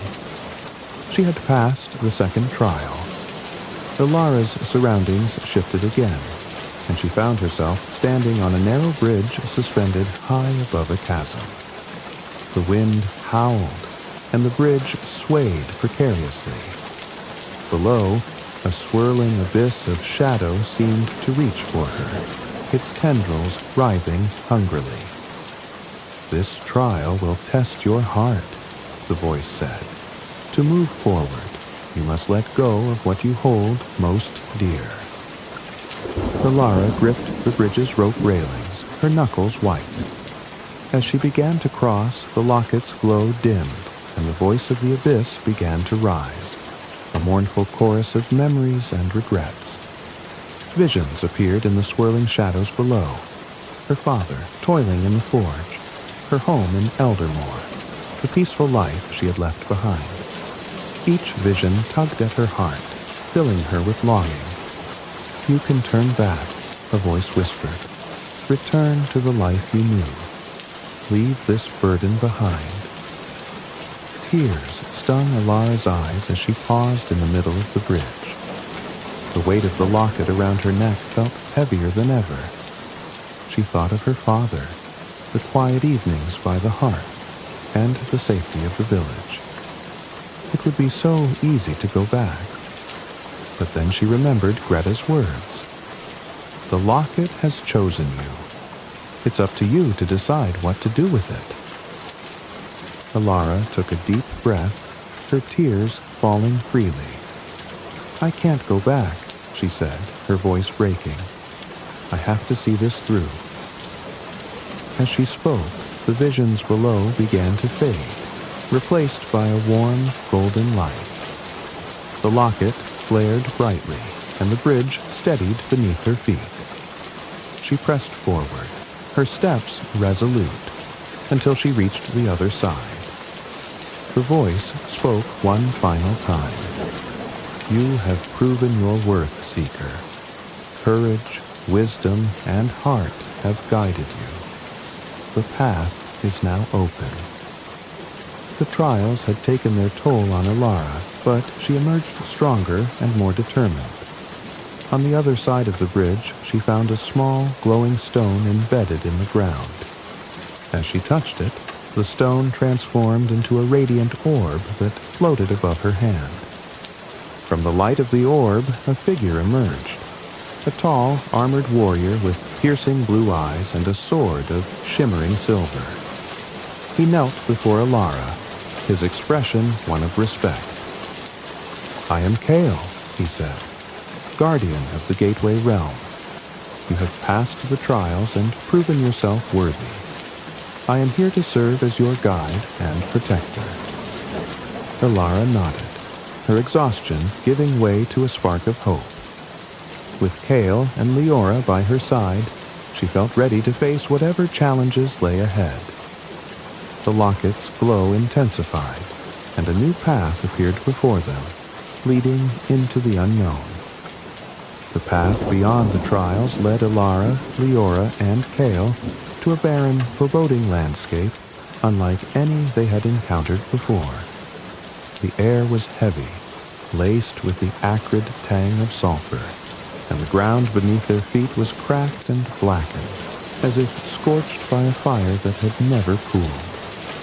The sky above was an oppressive shade of gray, veined with streaks of crimson lightning that illuminated the distant silhouette of a towering fortress. There it is, Kael said grimly, his hand resting on the hilt of his sword. The Shadow Spire. That's where Malgareth dwells. Malgareth. The name alone sent a shiver through Alara's spine. She had heard fragments of his story from Leora during their journey, a sorcerer consumed by his lust for power, who had once ruled the Gateway Realm with an iron fist. Banished long ago by the Eldritch, he had been thought defeated, but whispers of his return had grown stronger in recent years. It was now clear that the locket had drawn her here to stop him. Is he as powerful as they say? Alara asked, her voice steady despite the fear curling in her chest. Kael nodded, his expression somber. He's more than powerful.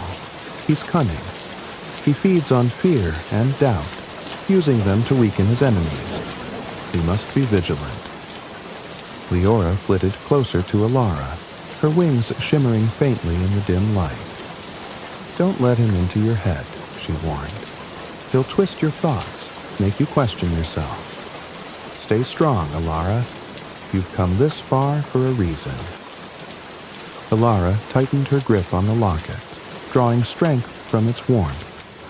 Let's finish this, she said, determination hardening her resolve. The journey to the Shadow Spire was treacherous. The landscape became more hostile with every step, the ground littered with jagged obsidian shards that seemed to bite at their feet. Rivers of molten lava crisscrossed the terrain, their glow casting an eerie red light that made the shadows seem alive. As they neared the fortress, the air grew colder, an unnatural chill that seeped into Alara's bones. The massive gates of the Shadow Spire loomed ahead, their surface carved with grotesque faces frozen in expressions of agony. The gates creaked open as they approached, as if the fortress itself welcomed them. Inside, the walls were lined with dark, pulsing veins that seemed to pulse faintly, as though the fortress were alive. The air was thick with a sense of foreboding, and the faint sound of whispering voices echoed through the halls, their words unintelligible but unnerving. This place feels wrong, Alara murmured, her voice barely above a whisper. Kael nodded. It's steeped in Malgareth's magic. Stay close and keep your guard up. As they ventured deeper into the fortress, they entered a vast chamber lit by an unnatural green glow. At its center was a raised dais, upon which stood a figure cloaked in shadow. Malgareth. He was taller than Alara had imagined, his form shrouded in a swirling black robe that seemed to absorb the light around him. His face was pale and angular, with eyes that burned like molten gold. In his hand, he held a staff crowned with a jagged crystal that pulsed with dark energy. "Ah," Malgareth said, his voice a silken drawl that echoed through the chamber. "The seeker of the locket. I've been expecting you." Alara felt an icy hand close around her heart as Malgareth's gaze settled on her. His presence was suffocating, as though the very air bent to his will. She gripped the locket tightly, drawing strength from its warmth. "You've come a long way," Malgareth continued, descending from the dais with an eerie grace. "And for what? To challenge me? To save a realm that has already fallen into ruin?" "The Gateway realm isn't yours to destroy," Kael said, stepping forward with his sword drawn. His voice was steady, but Alara could sense the tension in his stance. Malgareth chuckled, a low, sinister sound. Such bravado. "But tell me, Seeker, do you truly believe you can succeed where so many before you have failed?" Alara swallowed hard, refusing to let her fear show. "I didn't come here to fail," she said, her voice firmer than she felt. Malgareth's smile widened, revealing teeth as sharp as knives. "Brave words. Let's see if your actions match them." With a flick of his staff, the chamber erupted into chaos. Shadows coalesced into monstrous forms, their glowing eyes and jagged claws filling the space. Kael charged forward, his sword flashing as he engaged the creatures, while Leora darted through the air, casting bolts of light that cut through the darkness. "Alara, the locket!" Leora shouted. "Use its power!" Alara hesitated, the chaos around her overwhelming. But as one of the shadow creatures lunged at her, she felt the locket pulse against her chest, a surge of energy flooding through her. She raised it instinctively, and a beam of golden light erupted from its surface, striking the creature and dissolving it into mist. The battle raged on, but with the locket's power and Kael and Leora's support, they managed to push through the shadowy horde. Malgareth watched from the dais, his expression unreadable. When the last of the creatures fell, he gave a slow, mocking clap. "Impressive," he said, "but the real test lies ahead." With another wave of his staff, the floor beneath them shifted, the stone cracking and falling away to reveal a spiraling staircase that descended into darkness. Malgareth vanished, his laughter echoing in the air. "He's leading us into a trap," Kael said, his sword still at the ready. "Of course he is," Leora replied. "But what choice do we have?" Alara nodded, steeling herself. "We keep going." They descended the staircase, the darkness growing thicker with every step. The air was heavy with the scent of decay, and faint whispers brushed against Alara's ears, tugging at her resolve. She gripped the locket tightly, its steady warmth keeping her grounded. At the bottom of the staircase, they entered a cavernous chamber illuminated by the same crimson lightning that split the sky above. At its center was a massive, swirling vortex of dark energy, its tendrils reaching out like grasping hands. Malgareth stood before the vortex, his staff raised high. "This is the heart of the Gateway Realm's magic," he said, his voice echoing. "And soon, it will be mine to command." Alara stepped forward, the locket glowing brighter with each step. "You won't succeed," she said, her voice firm. Malgareth turned to her, his golden eyes narrowing. "And what will you do to stop me, Seeker? Your light is no match for my power." The vortex roared, its tendrils lashing out as Malgareth channeled its energy. Kael and Leora fought to hold them back, but Alara knew the battle would only end if she faced Malgareth directly. The locket pulsed, a wave of energy radiating from it and enveloping her in a protective aura. She stepped closer to Malgareth, her fear melting away as the locket's power filled her. "Your power comes from fear and darkness," Alara said. "But the locket's power is different. It's light, hope, and love." Malgareth sneered. "Foolish girl. Light cannot exist without shadow." "Maybe," Alara replied, "but shadows can't survive without light." Raising the locket high, she unleashed its full power.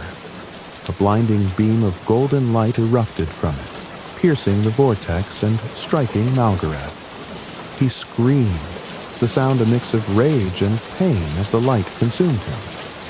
The vortex began to collapse, its energy dissipating into the air. As the light faded, Malgareth was gone, and the chamber grew quiet. The oppressive darkness lifted, replaced by a soft, golden glow. Alara sank to her knees, exhaustion washing over her. Kael and Leora rushed to her side, their expressions a mix of relief and pride. "You did it," Leora said, her voice soft. "You stopped him." Alara looked at the locket, its glow now gentle and steady. "I didn't do it alone," she said, offering a faint smile. As they made their way back to the surface, the gateway realm began to transform. The barren landscape gave way to lush greenery, and the oppressive sky brightened to a serene blue. The realm was healing, its magic no longer corrupted. Alara knew her journey was far from over, but for the first time, she felt truly at peace. She had faced her fears, passed the trials, and defeated Malgareth. The gateway realm was safe for now, and in her heart, she knew this was only the beginning of her adventure. The shadow spire trembled beneath Alara's feet, the stone walls shuddering as the pulse of dark magic grew stronger. The locket around her neck flared with golden light, responding to the overwhelming surge of energy emanating from the fortress's heart. Malgareth's plan was nearly complete. If the vortex of dark energy at the center of the gateway realm reached its peak, it would shatter the balance of magic, plunging the world into eternal chaos. Alara, Kael, and Leora stood in the final chamber, their faces set with grim determination. The cavernous space was dominated by the vortex, a swirling mass of black and crimson energy that roared like a living storm. Tendrils of dark power lashed out at the walls, cracking the stone and sending shards raining down. At the edge of the vortex stood Malgareth, his form shadowy and distorted, his golden eyes burning with triumph. His staff glowed with the same dark energy as the vortex, a symbol of his command over the chaos he had unleashed. "You're too late," Malgareth called out, his voice reverberating through the chamber. "The gateway realm will fall, and with it, all who oppose me. You cannot stop what has already begun." Alara stepped forward, her hand tightening around the locket. The warmth it radiated gave her strength, pushing back the fear threatening to take hold. "You're wrong, Malgareth," she said, her voice steady. "This realm isn't yours to destroy. Its magic belongs to everyone, not just you."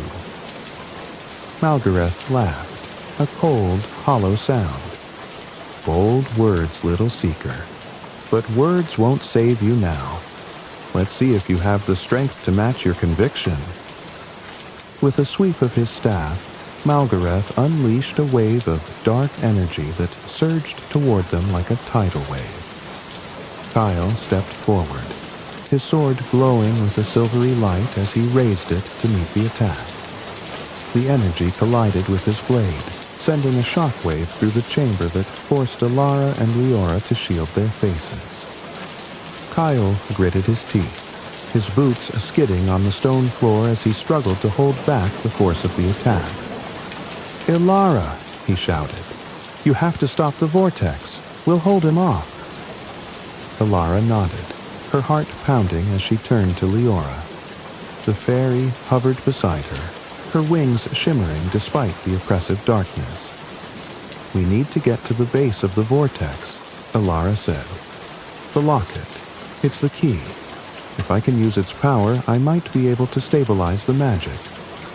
Leora hesitated, glancing at Kael as he fought to repel Malgareth's onslaught. "It's dangerous," she said. "The closer you get to the vortex, the more it will try to consume you. Are you sure you can handle it?"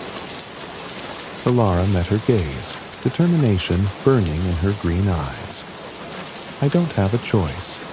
This is what I came here to do." Leora nodded, her expression softening. "Then, let's make it count." Together, they moved toward the vortex, weaving through the chaos as tendrils of dark energy lashed out around them. Each step was a battle. Alara could feel the pull of the vortex, an overwhelming force that seemed to claw at her very soul. The locket grew hotter against her chest, its golden light pushing back the darkness with every pulse. Meanwhile, Kael faced Malgareth head-on, his sword clashing with the sorcerer's staff in a flurry of sparks and magic. Malgareth's movements were fluid and calculated, his strikes laced with the raw power of the vortex.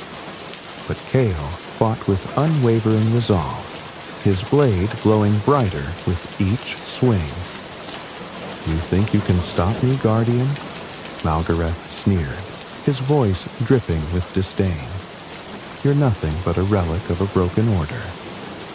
Kael smirked, deflecting a strike with ease. "Maybe, but a relic still has its uses." He drove forward, forcing Malgareth to retreat toward the edge of the vortex. The sorcerer snarled, raising his staff to summon another wave of dark energy. But Kael was ready, his sword cutting through the magic like a blade through water. "You can't protect her forever," Malgareth hissed. "The Seeker will fall, and so will you." Alara and Leora reached the base of the vortex, the sheer force of its energy threatening to knock them off their feet. The air was thick with the scent of ozone, and the roar of the swirling magic was deafening. Alara could feel the locket's pull growing stronger, its light now almost blinding. "What do we do now?" Leora shouted over the noise. Alara held up the locket, its golden glow flickering like a heartbeat. "I think it needs to connect with the vortex," she said, "but I don't know how." Leora's eyes darted to the symbols etched into the stone floor around the vortex. "Those runes, they're part of the Gateway Realm's magic. They might be the key to channeling the locket's power." Alara nodded, stepping carefully into the circle of runes. As she did, the locket's glow intensified, and the runes began to shimmer with golden light. She could feel the magic flowing through her, a surge of energy that was both exhilarating and terrifying. "Focus, Alara," Leora called out.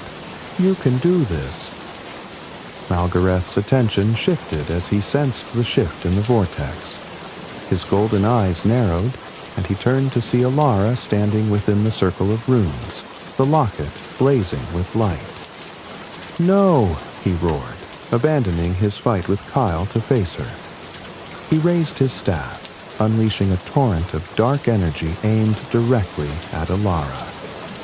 But Kael was faster. He threw himself in front of the blast, his sword absorbing the brunt of the attack. The force knocked him backward, but he managed to stay on his feet. "You're not getting to her," Kael growled, his voice filled with defiance. Malgareth snarled, raising his staff for another strike, but Leora darted forward, her small form glowing with radiant light. She flitted around the sorcerer, her bolts of energy striking him in rapid succession. Though they didn't harm him, they served as a distraction, buying Alara precious time.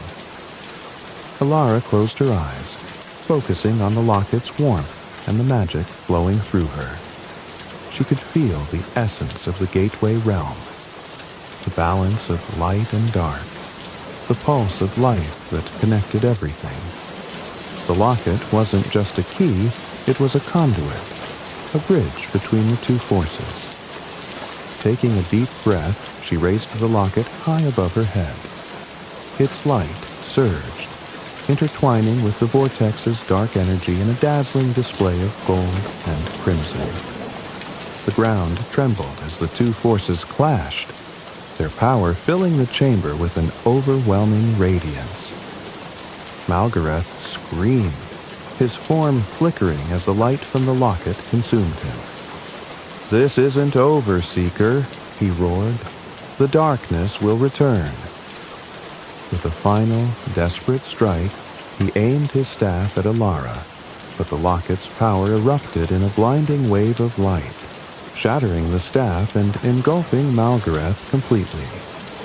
His scream echoed through the chamber as his form dissolved into nothingness.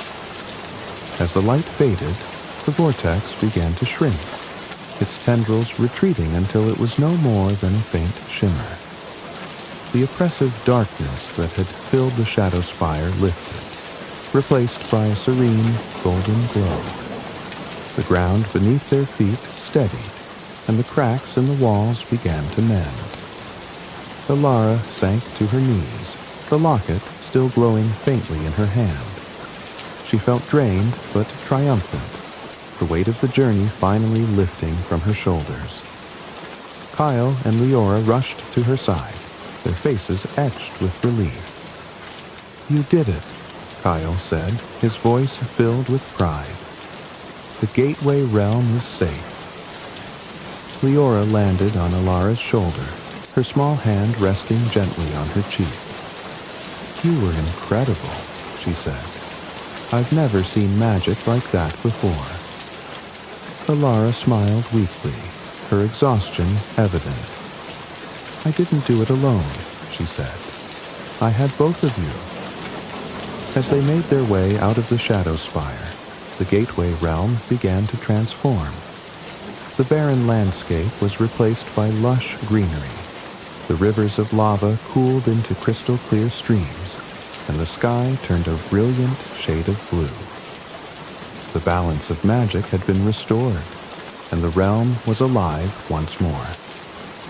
Back at the Crystal Tower, Alara placed the locket on the pedestal where her journey had begun. Its glow dimmed, as if it were finally at rest. The voice of the tower resonated once more, warm and grateful. "Seeker, you have restored balance to the gateway realm. Your courage, wisdom, and heart have saved us all. The locket will remain here, its power safeguarded for future generations." Alara stepped back, her heart swelling with a mix of pride and sorrow. She had completed her mission, but she knew her journey wasn't over.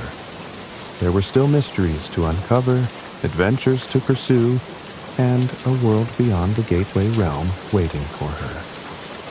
With Kael and Leora by her side, Alara left the Crystal Tower, the promise of new beginnings shining brightly in her heart.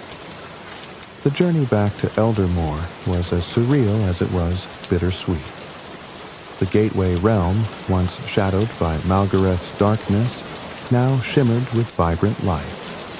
The forests glowed with radiant hues, the rivers sparkled like silver threads, and the air carried a melody that seemed to echo the balance that had been restored. Yet, as beautiful as it was, Alara knew her time in this magical realm had come to an end, at least for now.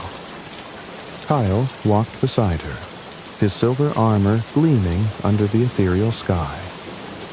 Leora flitted ahead, her laughter ringing out as she darted among the rejuvenated flowers. They made their way to the portal that had first brought Alara to this realm, the locket's light serving as their guide. Though the portal shimmered invitingly, its edges now soft and welcoming, Alara hesitated at its threshold. "You've accomplished more than anyone could have asked of you," Kael said, sensing her unease.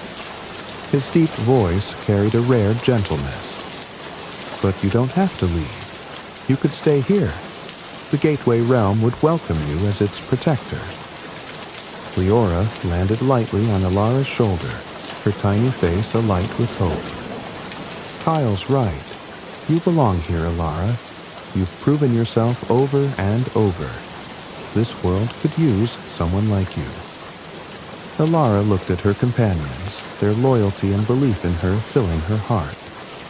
She considered their words, the allure of staying in this magical place tugging at her. But as much as she had grown to love the Gateway Realm, her thoughts turned to her father, the quiet life she had left behind, and the simple yet profound connections of home.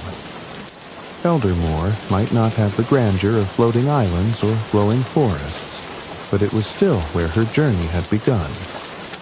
"I can't stay," she said finally, her voice soft but firm. "As much as I love this place, my home is in Eldermoor. There are people waiting for me there, people who need me." Leora's wings drooped, but she managed a small smile. "I'll miss you," she said, her voice tinged with sadness.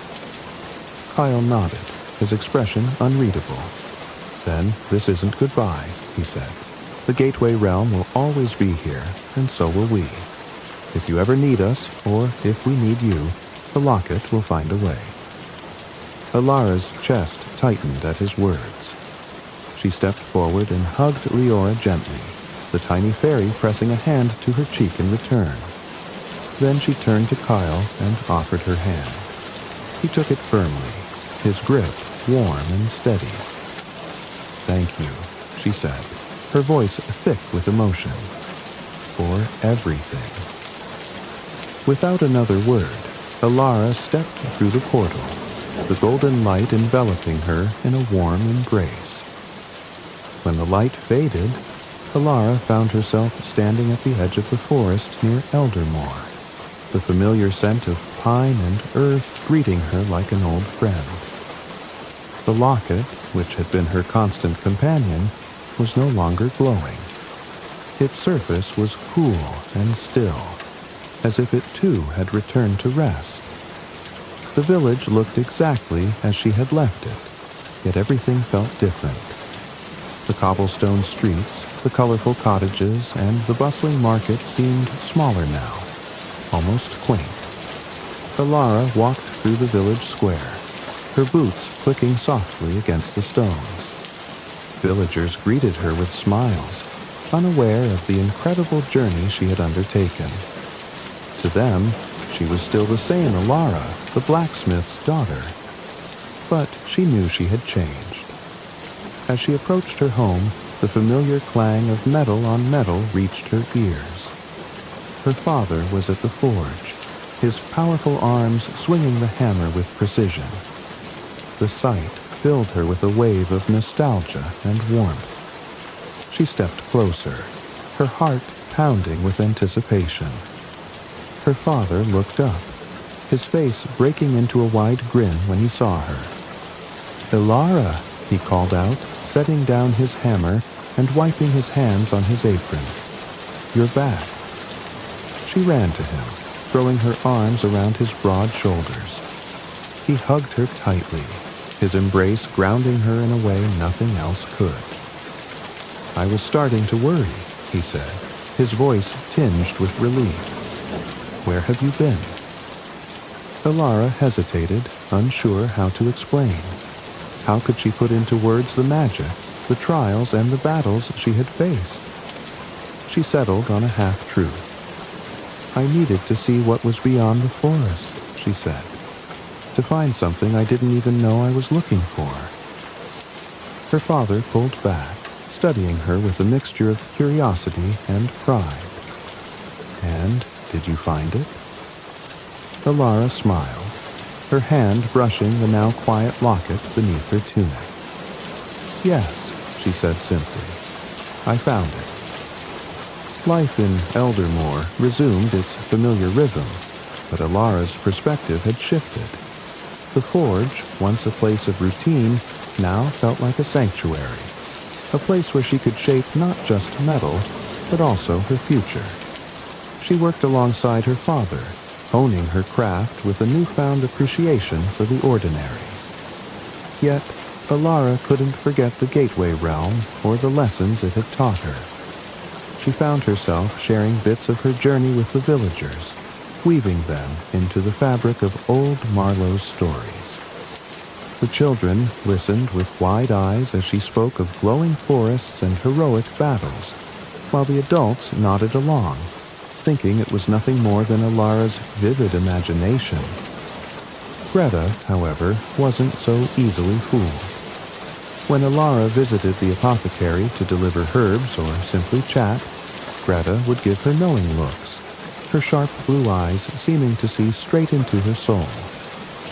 "You've changed, child," Greta said one afternoon, her tone gentle. "The world outside these hills has touched you. Don't lose that spark. It's rare and precious." Alara nodded, her heart swelling with gratitude. "I won't," she promised.